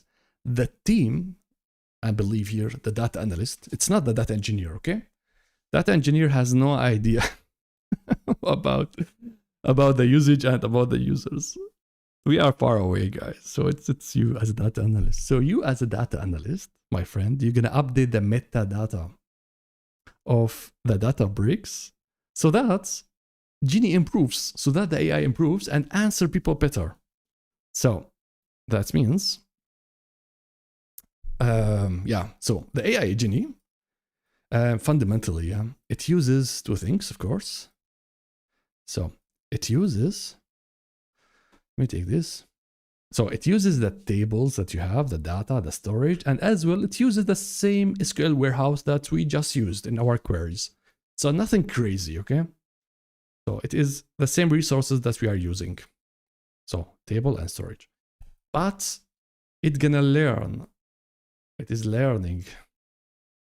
It is learning from everything that we do here. So there is stuff that actually you don't have to do anything about it. It's the logs, it is the queries, the Unity catalog and stuff. Those are stuff, the logs especially, it's something that is out of the box. It's gonna learn it automatically, but still, as a business user, or let's say as a data analyst, I'm gonna say here, sorry. So data analyst, or maybe, yeah. So you still gonna give instructions to the AI. You still gonna go and update the metadata.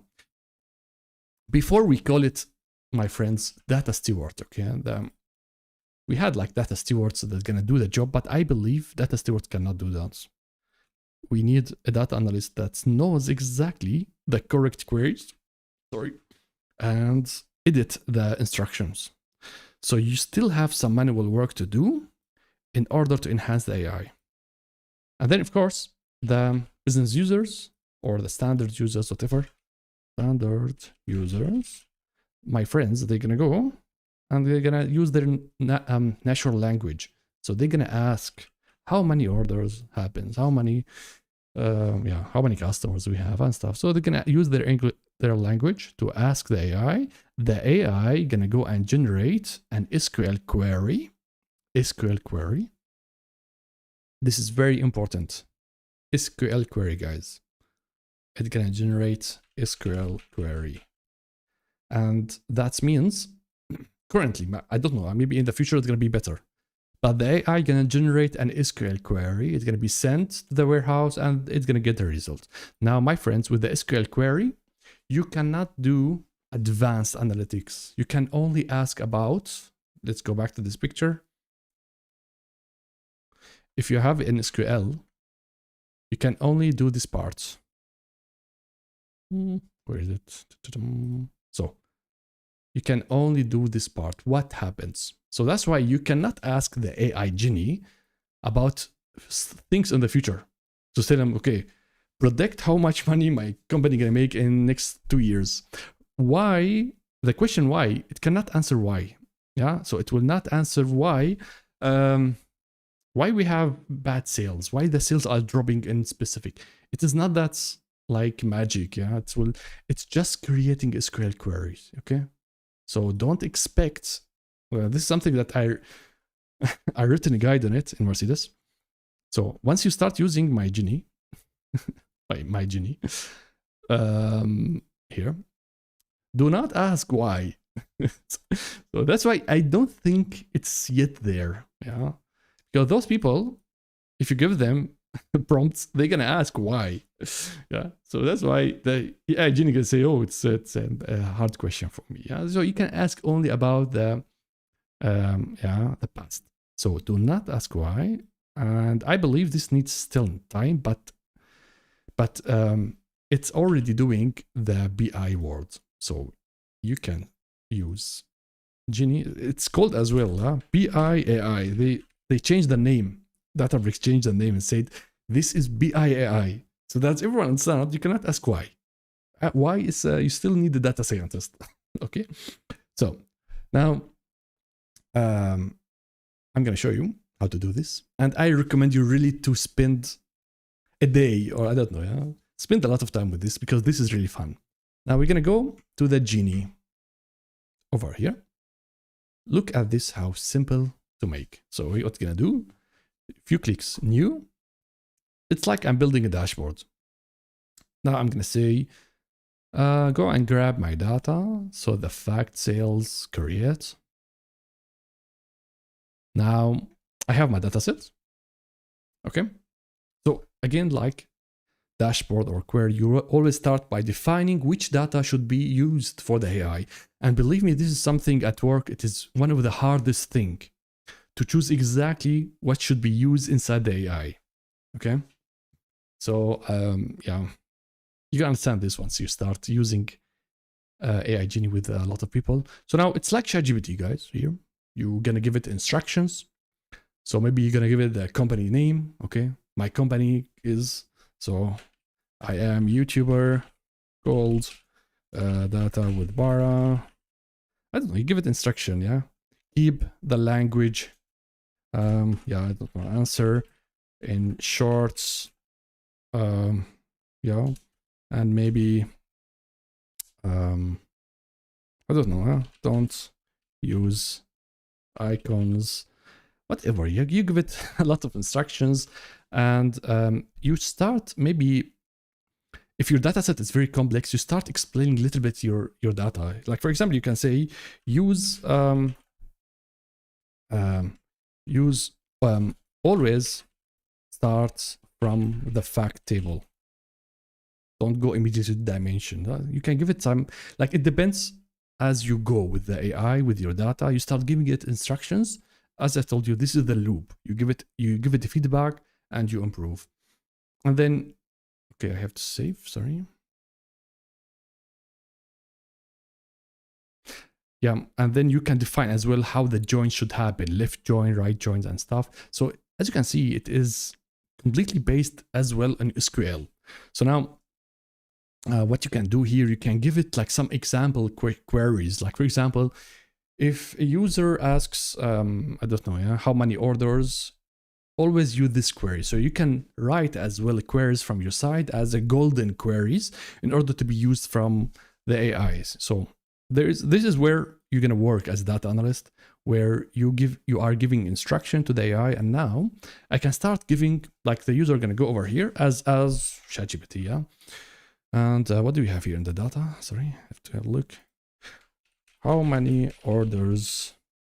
Show me total orders over the time. Maybe something like this. So now the AI is like now what is happening is that it is going through the whole process. So it is trying to see what it's learned, and it generated an SQL query, sent it to the warehouse, and the warehouse answered. So now, look at this. Oh no, sorry, this is here. So now I get a prompt telling me, okay, you have 5 orders by this day, 4 orders by this day, and so stuff like that. So now I can see the results. It is written as a text, and as well I can see a table like query, and of course you can see the query that is used. So now, yeah, that's why standard user cannot evaluate whether this is correct or not, but you as data analyst, you can see the query. You say, okay, this is correct. He removed the order date. He used the date rank as I used it, yeah, that date rank in order to go to the granularity of the day. So I think everything looks cool, but I'm gonna say here, yeah, show total orders by months. And now you start prompting and start talking to the data. Now as you can see, I see the data now by the month. Okay, so you see here December and January and stuff. And now we're interesting always to check the query. Now look at this, he's doing the date rank with the month. So now we are in different granularity. And this is exactly the power of AI BI. So I believe in the future, this is gonna be your role as data analyst. Your user gonna go and start talking to the data, okay?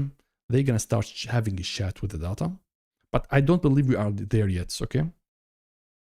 So they're gonna have a chat with their data, and they're gonna have the results, and you as data analyst, you're gonna evaluate those stuff. You're gonna go over here and say, let me see, where's the query? So let me show the query, this is correct. And then you give it a thumbs up or thumbs down, or you can add it as an instruction. So here you say, perfect, you have done well job. So with that, you are teaching the AI and giving a feedback, and this is very important. Now, why this is very powerful again, guys, why this is very powerful, it's not a simple AI model or LLM model that is using this. It is a huge work at Databricks to keep learning about everything happening on the platform.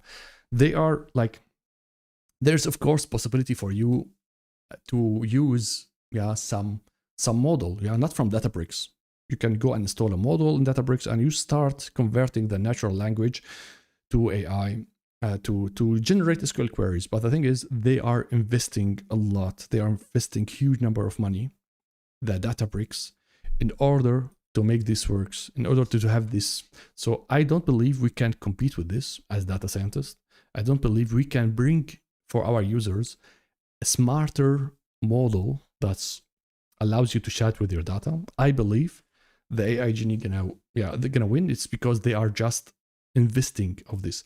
Now, I hope that's no one from Databricks here, but they're gonna generate a huge amount of money of this, guys, because the thing is, why they're gonna make a lot of money of this.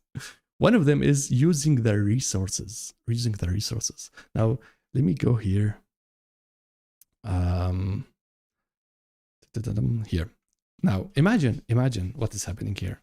Now, in the company, you have, let's say, data analysts. They are working with writing an SQL query. How much time it takes you to write a query? It takes maybe, I don't know, 10 minutes.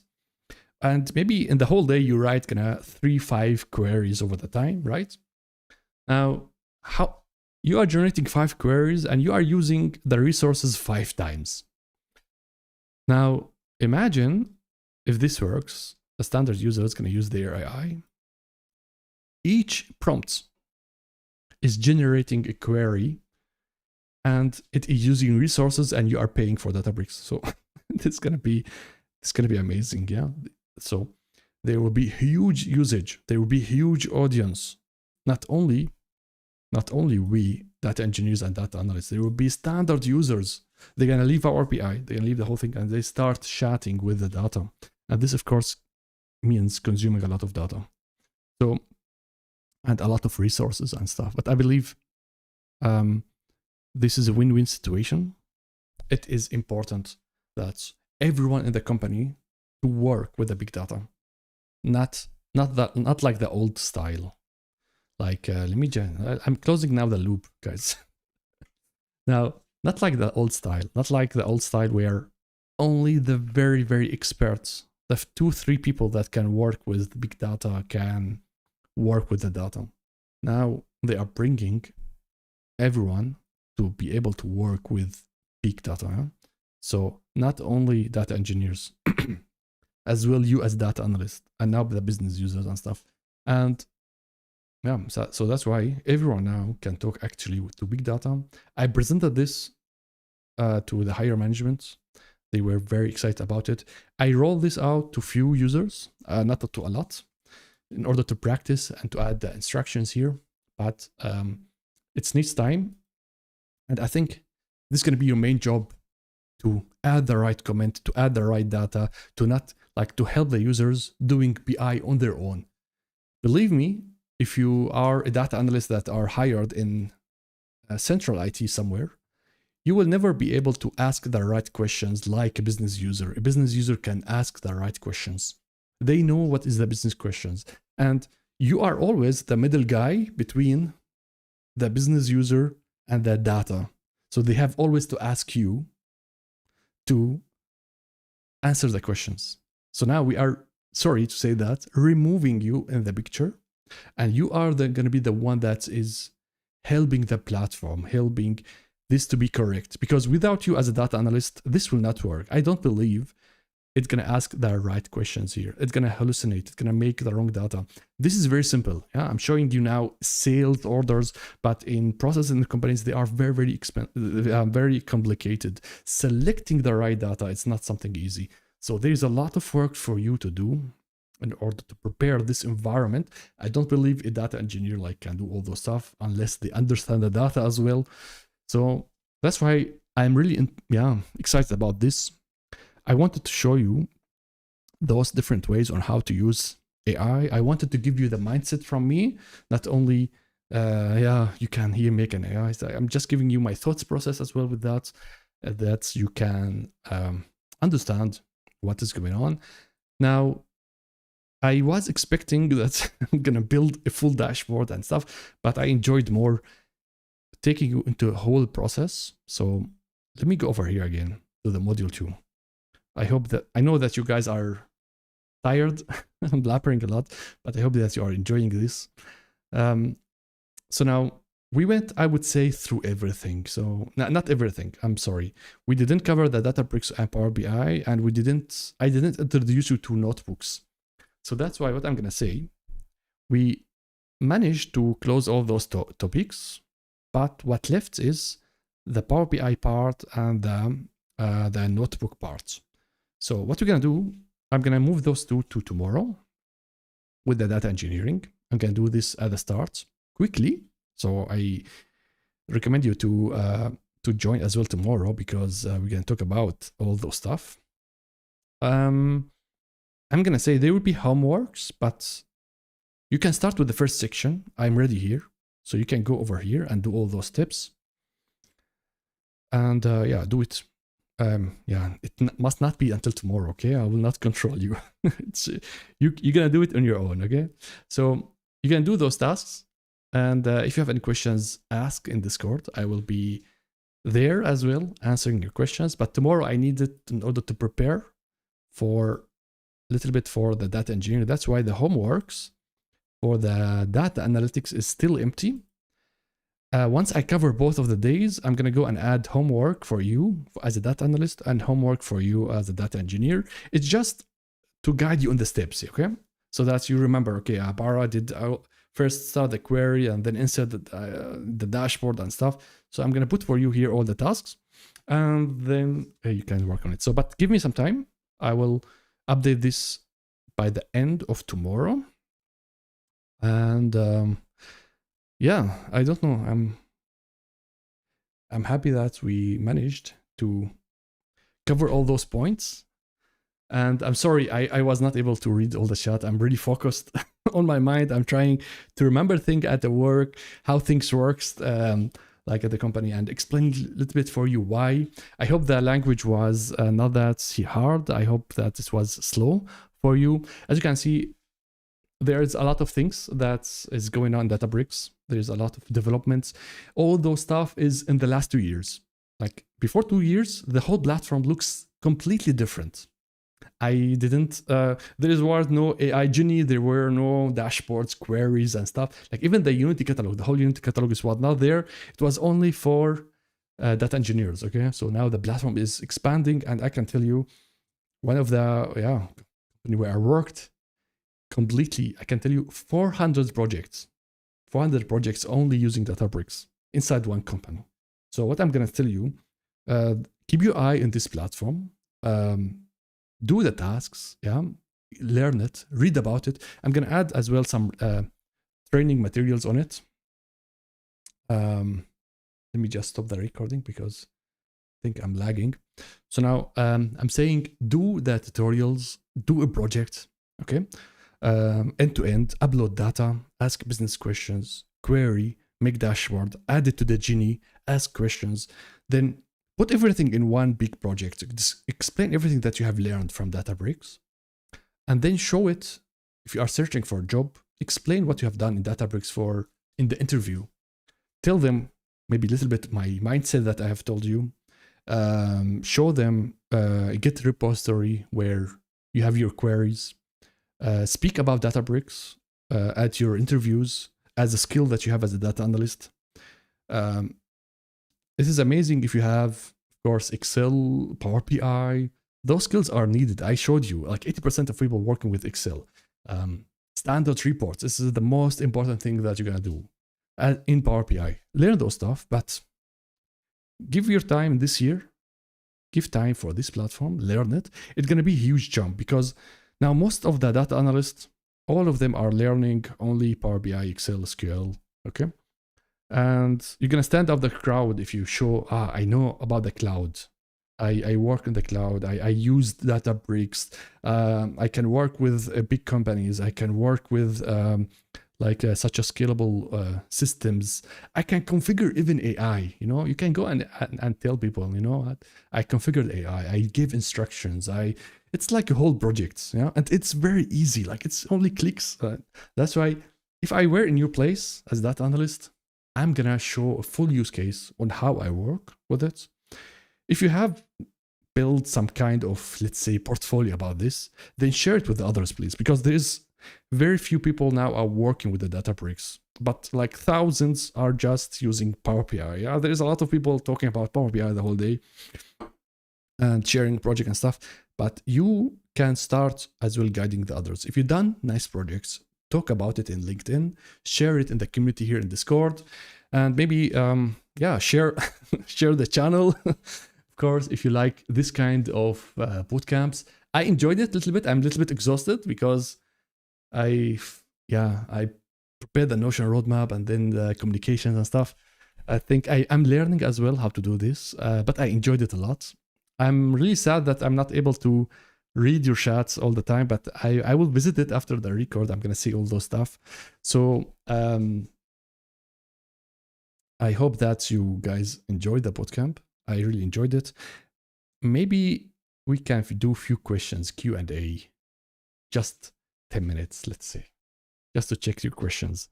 I'm going to say, let's see some questions, and I'll try my best to answer it. I don't have, I wanted to use a different app in order to highlight the comments, but I didn't manage to do that. That's why I will not be able to highlight the comments, but I will try my best to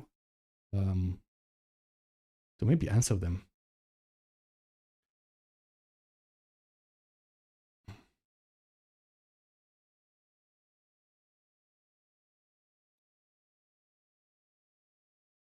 Just a second. Window capture. Shot. Can I show the shot? Studio YouTube. Ah, look at this. I can show the shot. So now we can see the shot as well. Okay. So now.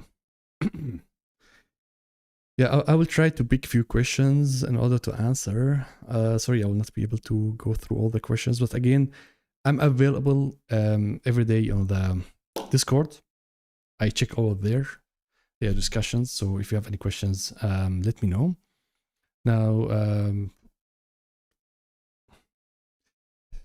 okay.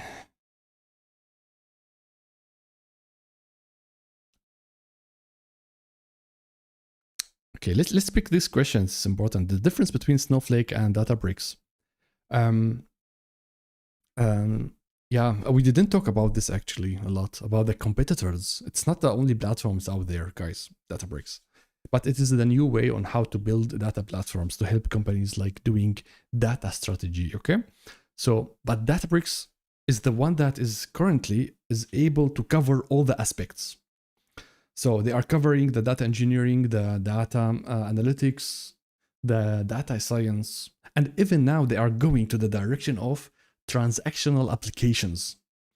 So they really want to cover everything. And this is something that you don't have in Snowflake. Snowflake is very centralized on the data warehouse idea, using SQL, but as well using the open format and all those stuff. But they are very focused, narrow focused, and focusing on only one topic to build, SQL data warehouses, data systems, completely using SQL, and to do analytics. But the scope is very small, yeah. That's why Databricks is opening the door for, like, they are working on multiple directions at the same time. And I think they are winning currently, but it's as well a fight. It is as well a concurrence to Databricks. I don't know how things will go, but I see things is moving more direct Databricks. But maybe because I worked in a company that is working with Databricks, but I believe it's winning in this direction. So now, by the way, everything that I'm telling you, it's only my experience. It could be I could be wrong or something like that. So I'm not the one that knows everything, right?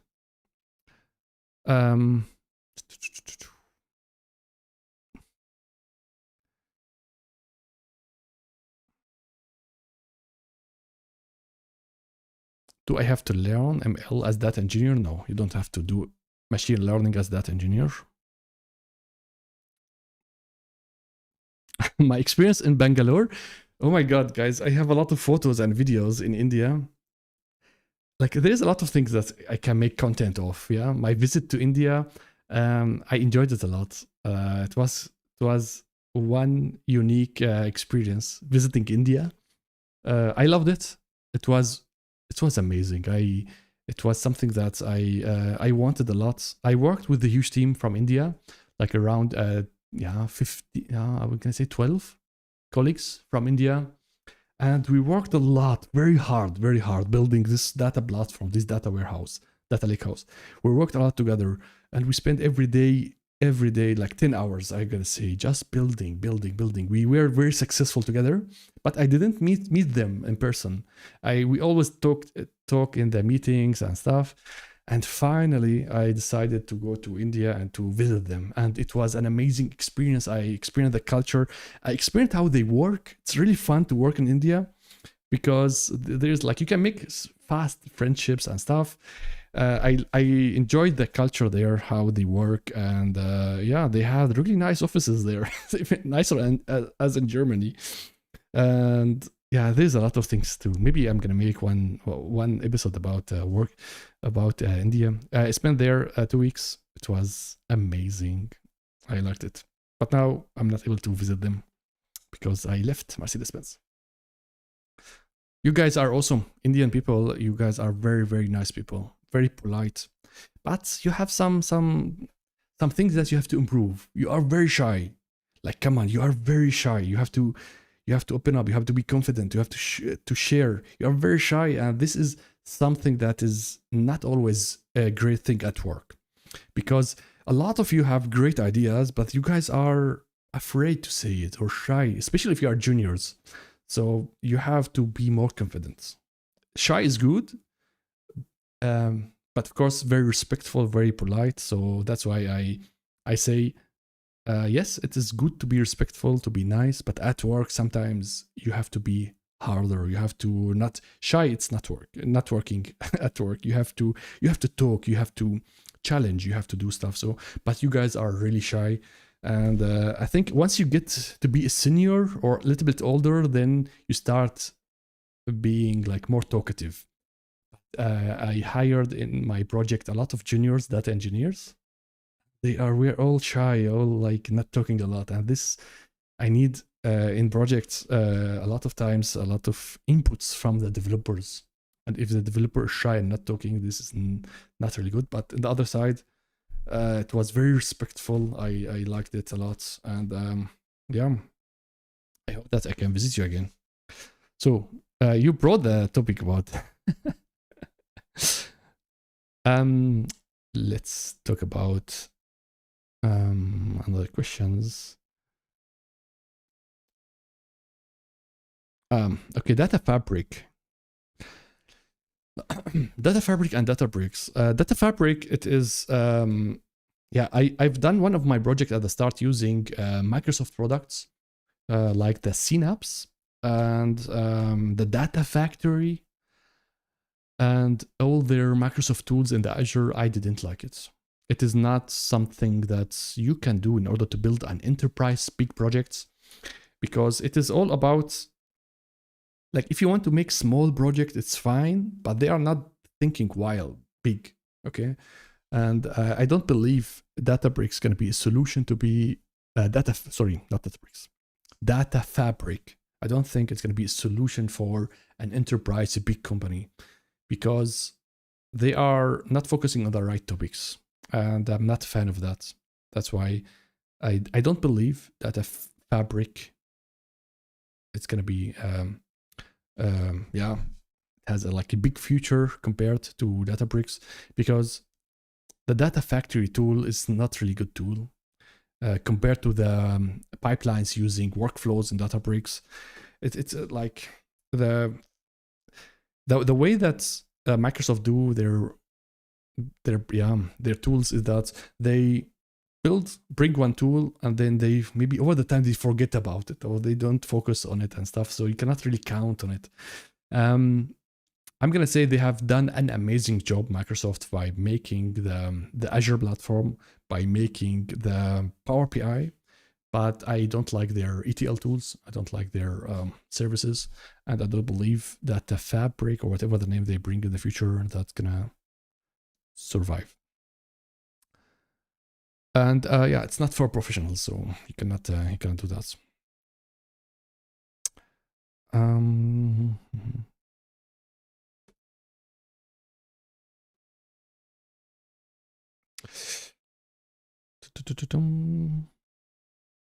What all should we learn to get Databricks certified data analyst?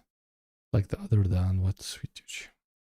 Well, in order to get certified, you have to, of course, do the exam and enroll. But to get certified from Databricks, yeah, you have to train yourself. You have to learn to get yourself familiar with all what I've explained today. Go through maybe the Notion roadmap and try to train. The thing is, if you get the training from Databricks, they offer a lot of free stuff, by the way. So always, I'm going to say subscribe for their stuff. You can make as well bootcamps with Databricks and start learning. So I recommend you to as well to check what they offer for free. And if you have enough money, then go and buy their courses and stuff. It's pretty expensive, but it's worth it. Yeah, if you want to get certified, then you can learn everything on your own. Join all those bootcamps like now I'm doing. Go and check the Alex, the analyst as well. He's done 2 hours as well, introduction to Databricks. So check the other YouTubers. But the best way is to do your own project. So you bring your data set, try with all those tools, and then you're gonna learn it on your own. I didn't do any courses to learn Databricks, so I just learned it on my own, reading the documentations, that stuff, and I think you can get certified very easily, from Databricks. But I don't give certifications here. If you join like my data academy and stuff, we give you the completion, and it's not that. It's always a big difference between completion of the certificates and the certificate directly from Databricks or from Microsoft or from Power BI. They have more weights. Well, this is against my platform, but this is let's say getting certificates from Databricks can be way easier. So guys, I'm gonna say what other tools are important for data engineering. You can do the whole thing only in Databricks, I'm gonna say. You could learn like, I don't know, Data Factory if you want to add from Azure, or you start learning the other platforms. But I made the full roadmap on data. By the way, data engineering roadmap gonna come on Tuesday. It's gonna be full step by step on what to learn to become data engineer, like better than me. Okay. So now I'm gonna say, guys, I really enjoyed this session. I have to stop because I want to take a break. So I enjoyed a lot this session. I think I'm gonna make more over the time, free one like this, not only for Databricks, for Power BI, and maybe only just chatting with you. Give me time to learn how to do the stream correctly. Okay, so I am gonna bring more tools. And by the way, there is one more thing. I might bring few people from the industry to have a talk to. Like I knew a lot of like experts in data engineering and analytics, and I want them to get here in the stream and to have a chat with them so that you understand their mindset and how they think, and you can ask them directly questions. So I'm going to work on that. And other than that, I'm going to say thank you so much. Thank you so much. I read all your comments. I read everything in Discord. Sadly, I am not be able now to answer everyone. I enjoyed the first phase in YouTube where only like few of you watching my videos. I was able to like answer every one of you, but now I am able only to read them and to give heart, and trying to involve in discussion in Discord because it is easier and I can like I can get engaged with you. So the community is in Discord, and I love everyone there. They are really amazing people. I see your comments. Your support is amazing for me. It is like I never expected this. Thank you so much for the support, guys. You can do anything you like. You can dream of. So keep learning, keep pushing. Even the job is horrible now, job market, but you can get hired and you can work on all those tools. And share your knowledge. Share your knowledge. It's very important. So if you've done something nice in Databricks, share it in LinkedIn, share it with others. I love you all. Thank you so much for watching. I hope that was good for you. And I'm gonna say see you tomorrow in data engineering. and have a nice day. Bye bye. Sleep well.